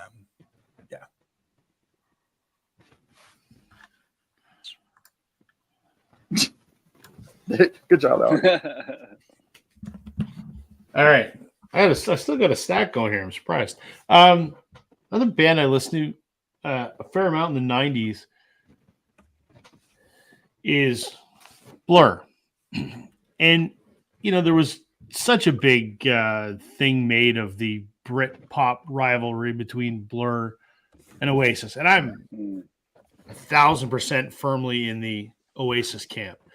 There's a couple Blur records I like. I like Park Life and I like The Great Escape. I think song number 2 sucks for a whole bunch of reasons. But I never quite understood. I mean, I understood the rivalry, right? Because the Gallaghers, especially Noel, is a bit of an egomaniac. We're the biggest band in the world. And Blur's like, no, we're bigger than you are. No way in hell that they were. And people in the rest of the world outside of Europe are like, who? Right, exactly. Yeah. But the thing that I never understood is it was the Brit pop rivalry. I can see this being pop. I don't think of Oasis as pop. I think of it as rock. But I don't know. Anyway, tangential to what I was going to say. Couple Blur records. First one I really liked was Park Life, and I've got it on vinyl over there, but I've shown it before. I mean, I think Damon Albarn's kind of a fucking idiot. Well, fresh off of his Coachella antics, right? Right. Yeah. You know, and then he did that other band, Gorillaz, which I think that stuff's shit. Oh, I love it. And I think Blur just put out a new album, if I'm not mistaken. And I don't know. The Ballad of Darren. Yeah, and I don't know how much. Is it just Damon, or are the other guys back? I don't know. I'm not sure. But, I mean, I liked Park Life, and I like this. I mean, there's some good pop songs on here. Country House, Charmless Man, The Universal. There's some stuff I really, really like. It, you know, brings me back to those high school days when I was first listening to it. So for me, Blur is just 2 albums, and this one came out in 90. I don't know what, mid 90s anyway, probably 96. But Park Life and The Great Escape by Blur. But I'm Team Oasis. Song 2 was on, I think, the one that came out after The Great Escape, which you're right. Like that was their most popular hit. That's why they're known, basically. Right. I can appreciate how that's not indicative of a quality act, but yeah, I don't think it is. It was catchy. And I get why. Woohoo! I mean, I get what everyone, you know. I just didn't think it was a good song, and yeah, I don't have much more constructive to say other than those were 2 albums that I listened to a lot in the 90s, and I don't listen to them a lot now. But when I do pull them out, it's like kind of putting on a comfortable old pair of shoes. Like, yeah, you know, you kind of enjoy listening to them. So. Let's see where I am with some comments here. I think I'm about here somewhere. Richard has a drummer friend in the UK that absolutely loves Spock's beard. Well, and I would say, I mean, they almost, from the Spock's beard standpoint, that started Neil Morse's career, which in the prog world, today's prog world, he's like viewed as like such a legend. But the drummer for a very long time in Spock's beard, his name's Nick DiVirgilio. And he has done a lot of stuff as well, both within the progressive rock world and outside of it, as a clinician, as a teacher, as an instructor, all that kind of stuff too. So that totally makes sense. And while we're on the subject of beards, I was watching one of my videos the other day, and I'm like, God damn it, my beard is so white you can't even tell that I have one anymore. And it's like, pisses me off. Anyway, Spock's beard. Old. You're so old. Well, you know, like, I mean, I've got one, but it's all turning white now. It doesn't look like I have one. But the mustache is pretty dark. I know, but I prefer if they matched, right? If this is going to go gray, this should go gray too. But I don't get it. Doesn't matter. Your chest. What about your chest hair? Is the chest hair white or? it's lush like a 70s rug. Oh, full of popcorn and Cheetos too. Run your fingers through it and you'll find a snack. Maybe some clam strips. You never know. Better than Ezra and Hootie and the. I'm surprised Sam hasn't mentioned Hootie. And I don't own any Hootie, otherwise I'll probably talk about them. Time is wasting and walking. Dan says the new Nectar album at a record store, not the same, too old sounding, but still okay. There you go. There's a new Nectar album? Nectar. Apparently. Dang. I know Phillips, Jason, that's a great beer, about a 4-pound. I don't care about beer. We're talking about records. This isn't talking about beer, Jason. You guys are talking about all kinds of crazy stuff, so we're gonna Those two We Canadians. can go around the horn again. We can do a speed round here for. Yeah, because I have one more. I got 4 more. Oh gosh. Oh, well, you go ahead and take my turn, Rob. I'm out of options here, but I'm glad to listen. So you go No, ahead. Jason, for your pick, what is a '90s band that you'd want to see now that you haven't seen? See live, or No, take them out to dinner. I don't know. Yeah, see live. Oh, man. Okay. You know who I was gonna pull, but I don't have any actual albums. I only have like burnt CDs. It is Days of the New. Travis Meeks ended up being, became addicted to drugs and kind of stopped everything. But Days of the New was that kind of mid to late '90s acoustic rock stuff. And I'm anything acoustic, I'm all for acoustic guitar. I mean, and so Days of the New had like 3 albums, like a yellow, an orange, and a red. I think they like named them in colors. And I think that Music on Vinyl has re-released a few of them. But I would love to see that kind of a performance live, an acoustic, a '90s acoustic kind of set. I love that shit. That's my first thought. Are they still around? Dig deeper, and no, I don't know what happened to him. Like, to be honest, I kind of fell off the map entirely. I'm assuming he's still alive, but again, he fell into meth and he became like a total junkie, so to speak, with all due sensitivity and all that stuff. But then I think he tried to come back, and I think the drugs got him again, and he kind of fell off the map. But great voice, great guitar work. Incidentally, he was chosen. They were doing some kind of like a Doors tribute concert or some shit, and every song had a different front man, and he was a front man for. I think they chose him for The End, and that, of course, a long time ago now. But anyway, there's a lot. Smash Mouth. No, I want to hear thanks, Alex Dan. sing. Come on, Alex. No. Give us a little Hold on. all-star. I was gonna sing when we go to Dan's next comment. I don't know them. Anyone can see the road that they walk on is wearing on. It's always summer and never gets cold. They'll never get hungry. They'll never get home. And yay. That sounds just like it. But That's you know the pretty good. song, right? Oh yeah. Yeah. Everybody knows that song. It was overplayed up here, 100% overplayed. I have that. I think it's called The Way, right? Was that just? I think so. Was it The Way? Yeah. Pretty sure. They had another big hit. I forget. What was the other? They had a huge hit. Can I look it up? Oh boy. A big one. They had a big one. Yeah, that CD is literally upstairs right now. I don't know. We're looking. Oh, was it out of my head? Yeah, out of my head. Yep. And okay. Yeah. All right. Me. You got something to show there, Sam? Oh, do I? Let's do this right. Hold on. All right, let her rip. Again, this is an album I show a bunch. I just recently got into this CD. I know I need to get more, but such is life. Uncle Tupelo. Oh, great one. Yes. Yeah, I mean, the song A Cup Rose is just absolutely killer. This is from '93, so we're looking at 31 years. Title track's great. New Madrid is great. Slate, the opener, is great.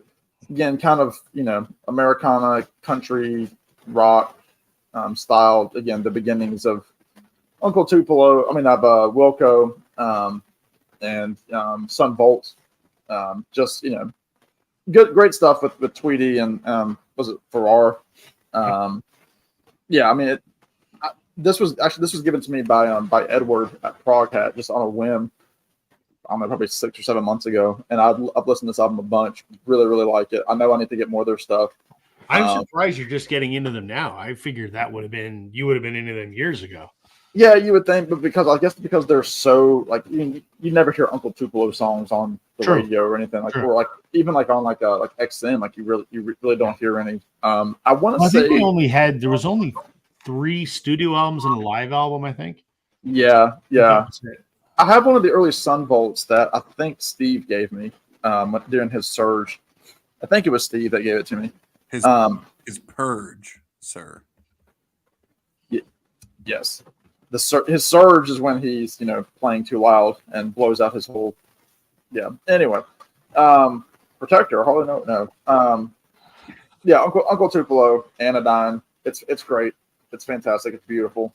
Jason. Next one you got to get is the Anodyne record was recommended on a Wednesday chat a while ago, and I listened to it. It is fucking fantastic. Listen to Yankee Hotel Foxtrot today, so I'm kind of slowly working my way into the universe that is all those 3 acts, but it's beautiful stuff for sure. Wilkos tends to get a little weird though after Yankee Hotel Foxtrot, so it strays very far from its roots. But if you like that Uncle Tupelo, the next one to get is Anodyne. It's just as good. To me, they're like part 1 and 2. They're equally amazing. Yeah, I need to. I mean, I'm sure you can. I mean, they're $5 CDs. It's even. So. A little harder to find on vinyl, a little more expensive because they only pressed them once, I think. So. Yeah, and I know, but between like the two dudes, they probably won't be repressing anytime soon. I doubt it. I still want to find the live. I think it's called like Mississippi, and there was a date like Mississippi something 1980, whatever. That's the live one. I'm trying to find that one still, but it's good. Yeah, so that's my last one. Nice. All right, Alex. Yeah, well, my last one was a band mentioned a couple times in the comments. I think of the genre, my favorite of the genre. I'm not a grunge guy. Not a grunge guy. Everything I love about music was kind of I felt pushed back on during the grunge scene. So I've never even really called this band grunge. I've always felt like they were better. They still, I don't know, knew how to play guitar and were cool with like a guitar solo every now and again, all the time. I've just always felt this band was above the rest. And that's Alice in Chains. I love Alice in Chains. I really do. Yeah. I mean, they're just heavier. They're dirtier. All of the things I just love. But I've actually not listened to anything they've done, and as part of their sort of rebirth this millennia. But from what I have heard, other people say it's pretty damn good. So. Yeah, I don't know. I've just always loved Alice in Chains, and and every year they talk about getting the Tripod, which is their self-titled record, reissued because they do like a bazillion reissue series campaigns for like this album, for example. But they haven't done that one, and that's what everybody wants, and then everybody gets disappointed when that's not what's on the record store day list. So there's that. But yeah, I've always just loved Alice in Chains above the rest of those sort of bands of the scene in that time. That's all you got? That's all I got. That's it. Oh well, I pulled too many records in, so I'm gonna lightning round. I'm gonna do a lightning round, but that's okay. So, an album that started a hell of a career came out in '93. There you go. Tuesday Night Music Club. I know John will appreciate this one. Love it. I mean, Run Baby Run, Leaving Las Vegas, Strong Enough, Can't Cry Anymore, All I Want to Do, I Shall Believe. I mean, a ton of hits on this record, and it's it's the album that started a rock and roll Hall of Fame career. And if anyone takes any stock in the Rock and Roll Hall of Fame or not, who knows? But fantastic record, and I'm looking forward to picking up her new record this week. This ain't no disco. This ain't no disco. This is L.A. L.A. Okay, another album. Couldn't be more different from the one that I just showed, I don't think. I get it out of the sleeve. From the year before, 1992, Grave Dancers Union by Soul Asylum. Oh, yeah. Someone mentioned that in the comments earlier. Yeah. I listened to this and I want to get the one that came, the other one that, the one that has Misery on it. I can't remember the name of the album. That's on vinyl now too, but this is great, and I'm lucky to have this one. Last year when Concert Buddy did his contest and I won it, and the prize was a membership to Vinyl Me Please. So this is the Vinyl Me Please pressing, and this has a whole second disc of live stuff. And as if the album wasn't good enough, I mean, you get the whole live disc as well. So oh yeah, thrilled with that one. That for me, that's interesting because I think I've mentioned this in the stream before, showing different things. But like in the car going to school, my mother would have a bunch of tapes: Patsy Cline, Connie Francis, and for whatever reason, Grave Dancers Union, because she Really? liked Runaway Train. It's a great song. It's the only song I know off the bloody album, and I'm so sick of it because I heard it like every day going to school, which is a shame. But like, did that band release anything beyond that made any headway, or was that it? Yeah, the other album, oh shit, what's it called?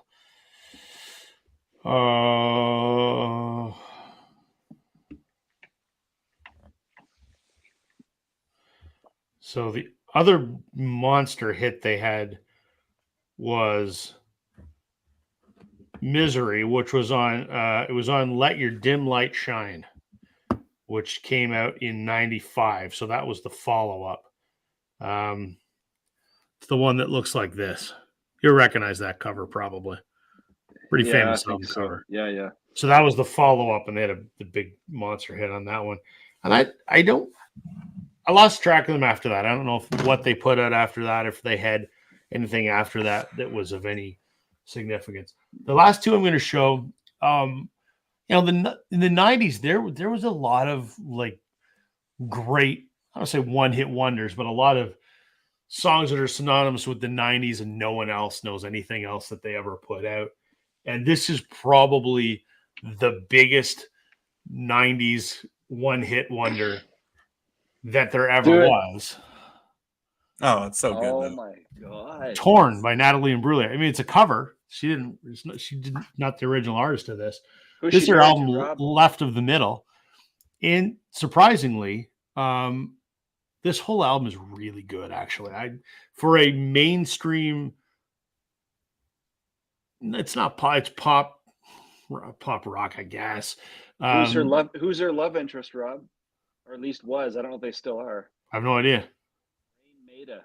Who? Maida from Our Lady Peace. Wasn't she and him an item? No, he's married to Chantal Kravietzik. Ah, shit. Sorry, I messed it up. My bad. You're right. Nice catch, though. Let's see, Anyway, so everyone just, Torn's a one-hit wonder. It absolutely is. But this really enjoyable record. And she's still performing to this day, and she's in her 50s. And I will unabashedly say this. In her 50s, she is hot as fuck. I can't understand how she wasn't a bigger deal. I thought that when she first came out that this was going to be like the next kind of Sarah McLachlan, kind of someone that's going to carry for a longer period of time. Not Sheryl Crow level, of course, but like right. I thought for sure that was going to amount to something more than it did. Yeah. I mean, she had one other hit, not nearly as, I mean, Torn is one of the biggest songs of the 90s, but she had one other hit. I can't remember what it's called off the top of my head, but I enjoy that entire album nonetheless. It's just enjoyable. She's in her 50s now. Oh my God. And she is that makes me feel pretty old. She is an absolute smoke show nowadays. Woo! And her voice is still incredible. I mean, I argue she sings better now than she did when she was 20. So does she like open with Torn, close with Torn, and encore with Torn? Yeah. You gotta wonder, like if you're an artist that you're a one-hit wonder artist, like where do you put the one hit in your set list? Do you open with it? Do you close with it, or do you encore with it? So there's a funny story. I know I remember one of the local radio DJs here talked about seeing Big Country. They have the song Big Country in the 80s. He said that when he saw them, they opened and closed with that song. Really? So, but I mean, like I've seen, like the Wallflowers, for example. I mean, like they have hits, but like One Headlight was the hit, and they usually do it like they do that song, then do like a couple other songs, and then they come out for the encore. But they don't want to throw it out there. They obviously want you waiting for it so that people don't leave the show early. So yeah, I mean, if I did it, I would do it closer to the end, but make sure to have a killer encore, at least with some really good covers or something. John's saying Left in the Middle was a good album. She was a model before her singing career. She's actually an actress. She's from Australia, but she was on a British soap opera. I don't know what it's called because I don't It's called, shit. it's called Neighbors. His Neighbors? Okay, there you go. There you go. The last one I'm going to show, another album I love by a singer-songwriter that I respect tremendously, Lisa Loeb, Tales from 90, I don't know, 95. This was her debut album. She had a couple hits. Stay, and I forget what the other one was. Oh, Stay's on this one. So she was the first unsigned artist to ever top the Billboard Hot 100 because Stay was in the Reality Bites soundtrack because she was friends with Ethan Hawke, and he convinced the director to put that movie in the credits, and it took off. And she got to number one before she even had a record contract. So I love this record. It's kind of folky, but 90s folky. So, all right, that's all I had. So, a few comments here. John saying "Hell yeah" on Sheryl Crow. I knew you'd like that, John.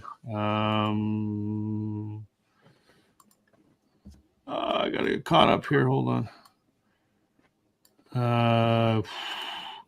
From Canada, 94, Moist. I saw Moist live, and they were the biggest pile of shit I've ever seen live. I saw them.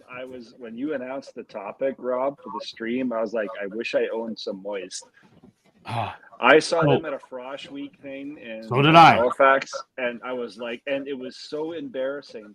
There was hardly anyone there. I was like right up to the stage. There was like 50 people, if that. It was just awkward. It was bad. Yeah. So exact same story for me. I went to the University of Guelph, which is a pretty large university, 20,000 students or whatever. And we had this big this place called Johnson Green. It's a big open field, and there's one of the big residence buildings, a big clock tower, beautiful limestone building, nice setting. And they were playing Frosh Week. And it was a free concert, and anybody could go to see Moist. And I went because there was a girl that wanted to go. So I'm like, yeah, all right, let's go. And I was dead center, front of the stage, which was not hard to do because there was like 40 people there. And I'm 5 feet away from David Usher. And the girl that dragged me along was, it's David Usher. And he was horrible. Just absolutely terrible. The worst, hands down, the worst concert experience of my life. Not just because I think Moist sucks, but it was just a dreadful performance. Matt is saying Natalie Imbruglia is a doll. Yes, she is. I've always dreamed of attending a concert at Red Rocks. I think we'd all love to go there. Matt, get that damn video done. I'm tired of waiting for it. You've been warned. Kidding, of course. Already mentioned that. What's Richard saying here? I live in Metro Denver, so Red Rocks is pretty doable for me. Last few years, the shows have been priced astronomically high, so it hasn't been there in years. Hell no, Wallflowers have huge depth with their first and second albums. I don't know that I've heard the first Wallflowers album. I don't think I have. Sam's muted, so we can't hear him. They do, but in terms of hits, like, I mean, One Headlight's the song that people know. Like, if you're like, you want to go to the Wallflower show, and they're like, who are the Wallflowers? Then you say they sing One Headlight. Oh yeah, I know who they are. Yeah, fair point. Thank you, John. Wrong Impression was Natalie Imbruglia's other big hit. 1, 2, 3 minor hits. Okay. Is that Lou Reed does the Wallflowers? 1, 2, 3 Marlena's. That's Lou Reed. Yeah, that's a good joke. Yeah. Was Tori Amos popular in Canada? Yeah, she was. Richard says he met Lisa Loeb after a Bob Mould show in New York City. Cool. I have not met Lisa Loeb, but we have, through her assistant, communicated electronically. Matt says, love Lisa Loeb, and her glasses made her look like a sexy librarian. Hell yes. I agree 1,000%. There was an open mic that I would always go to, and the host of the open mic would always cover the best song from the most famous song from Lisa Loeb. And when she did the song, she would put the glasses on. Hot stuff. JWG Moore says he has tails. Is yours the original OG? Because if it is, those are crazy expensive. Mine is the pretty rare Japanese repress on splattered vinyl from a couple years ago. I'd still like to find a 95 pressing, but they're pretty scarce. And I wish she'd release Firecracker, which was her second album on vinyl, but I don't know that. Anyone show Camper Van Beethoven? I don't know who the hell that is. Gesundheit. The 90s were a bad year for Judas Priest, pretty much. I've been saying that for years. Not a Judas Priest fan. I have seen Rob Halford. He was terrible. I've seen a lot of concert DVDs from Red Rocks and the old PBS Saturday night show up here in Alberta. They've overdone Pink Floyd cover band on PBS. Vagina. I'm going to laugh when I get there, I'm sure.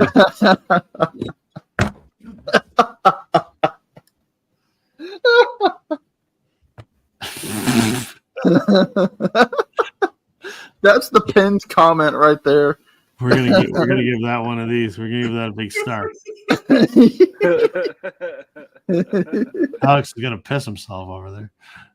Well, keeps with the moist. How many hits have you had, Alex? Well, it depends what night of the week it is, I guess. True. On that All right, fellas, we've passed the 2-hour mark, so I'm gonna make myself small here. We'll go around the horn. What do you got going on? What's in the works? What did you do recently? What do you want to tell folks about? Sam? I have a video scheduled tomorrow morning with Rich Strickler. It's gonna be a Beatles related video, so stay tuned for that. It's gonna be on his channel, but I'll share it. Because we need more Beatles information out there. While the iron is hot.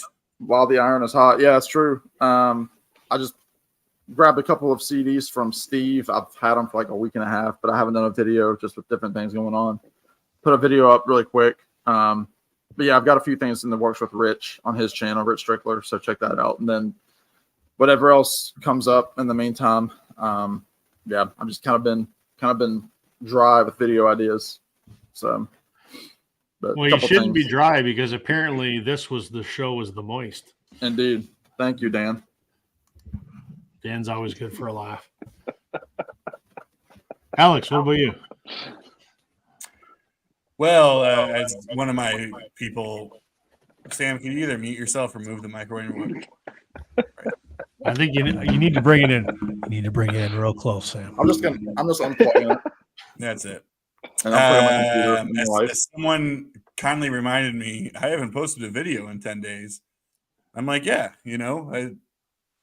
kind of how it works sometimes. So no, just been busy with a lot of work stuff, so I haven't posted a video, nor do I have an immediate video idea coming up, but that's totally okay. I will say that I'm still like hovering on this idea of doing something as a push for 500 subs, but haven't really finalized that. Don't really feel too strongly about it, but who knows? It's there. Might do something, might not. Either way, but you could always count on some kind of probably dumb live stream happening. Maybe there's a live stream coming up this weekend. Get a little weird, maybe some Record Store Day special type stuff. I don't know. It could be weird, but I'll probably go out Saturday morning, pick up some. Actually, I lied. My next video will probably be a Record Store Day haul sort of thing. Here's what I bought. So, yeah. Are you gonna lick that, Sam, like an ice cream cone and get Alex all excited? Yeah, but what about the mic? Oh, you're waving it around. It reminded me of the eye in the door of Jabba the Hutt's palace in Return of the Jedi. Oh, that little like. Yeah, and we know which one of us is Jabba. Okay. Jesus Christ. I would ask Jason what's new, but Jason doesn't bother making videos anymore. Yeah, I'm pretty content right now. Yeah. Carry on. What do you got, Rob? You're an underachiever, man. But we're still glad you're with us. What do I got going on? My video last week was songs that are true stories, whether it's a person or place or whatever. And that was actually quite well received. And a few people have said, I think I might do something with that. So if anyone wants to, knock yourself out. Last night I was live with Racer Joe on his channel, and he does his bi-weekly, hey, I saw those guys. And there was me and him and Catherine S. And Joe and Catherine talked about seeing Elton John, and Joe and I talked about seeing the Eagles. So watch that. And I got a podcast episode coming out next week. I'm still waiting to do something with Sam and Alex, but schedules are what they are. Oh yeah, I forgot we got to talk about that, Rob. But I'm under a deadline, so I had to find someone else to sub in. So Racer Joe and I are doing an episode next week. But as soon as you guys are good, let me know, because there's lots we can talk about. So that's all I got, folks. Well done. So All right then. thanks, guys. That was a lot of fun. And thanks to everyone in the Walnut Gallery for watching. As usual, thanks for hanging out with us for a couple hours. Right That's on. everything. All right, people. We will All right, see gang. everybody next week. You got it like the tongue when he dies. Have a good All right, night, everybody. Oh God. All right.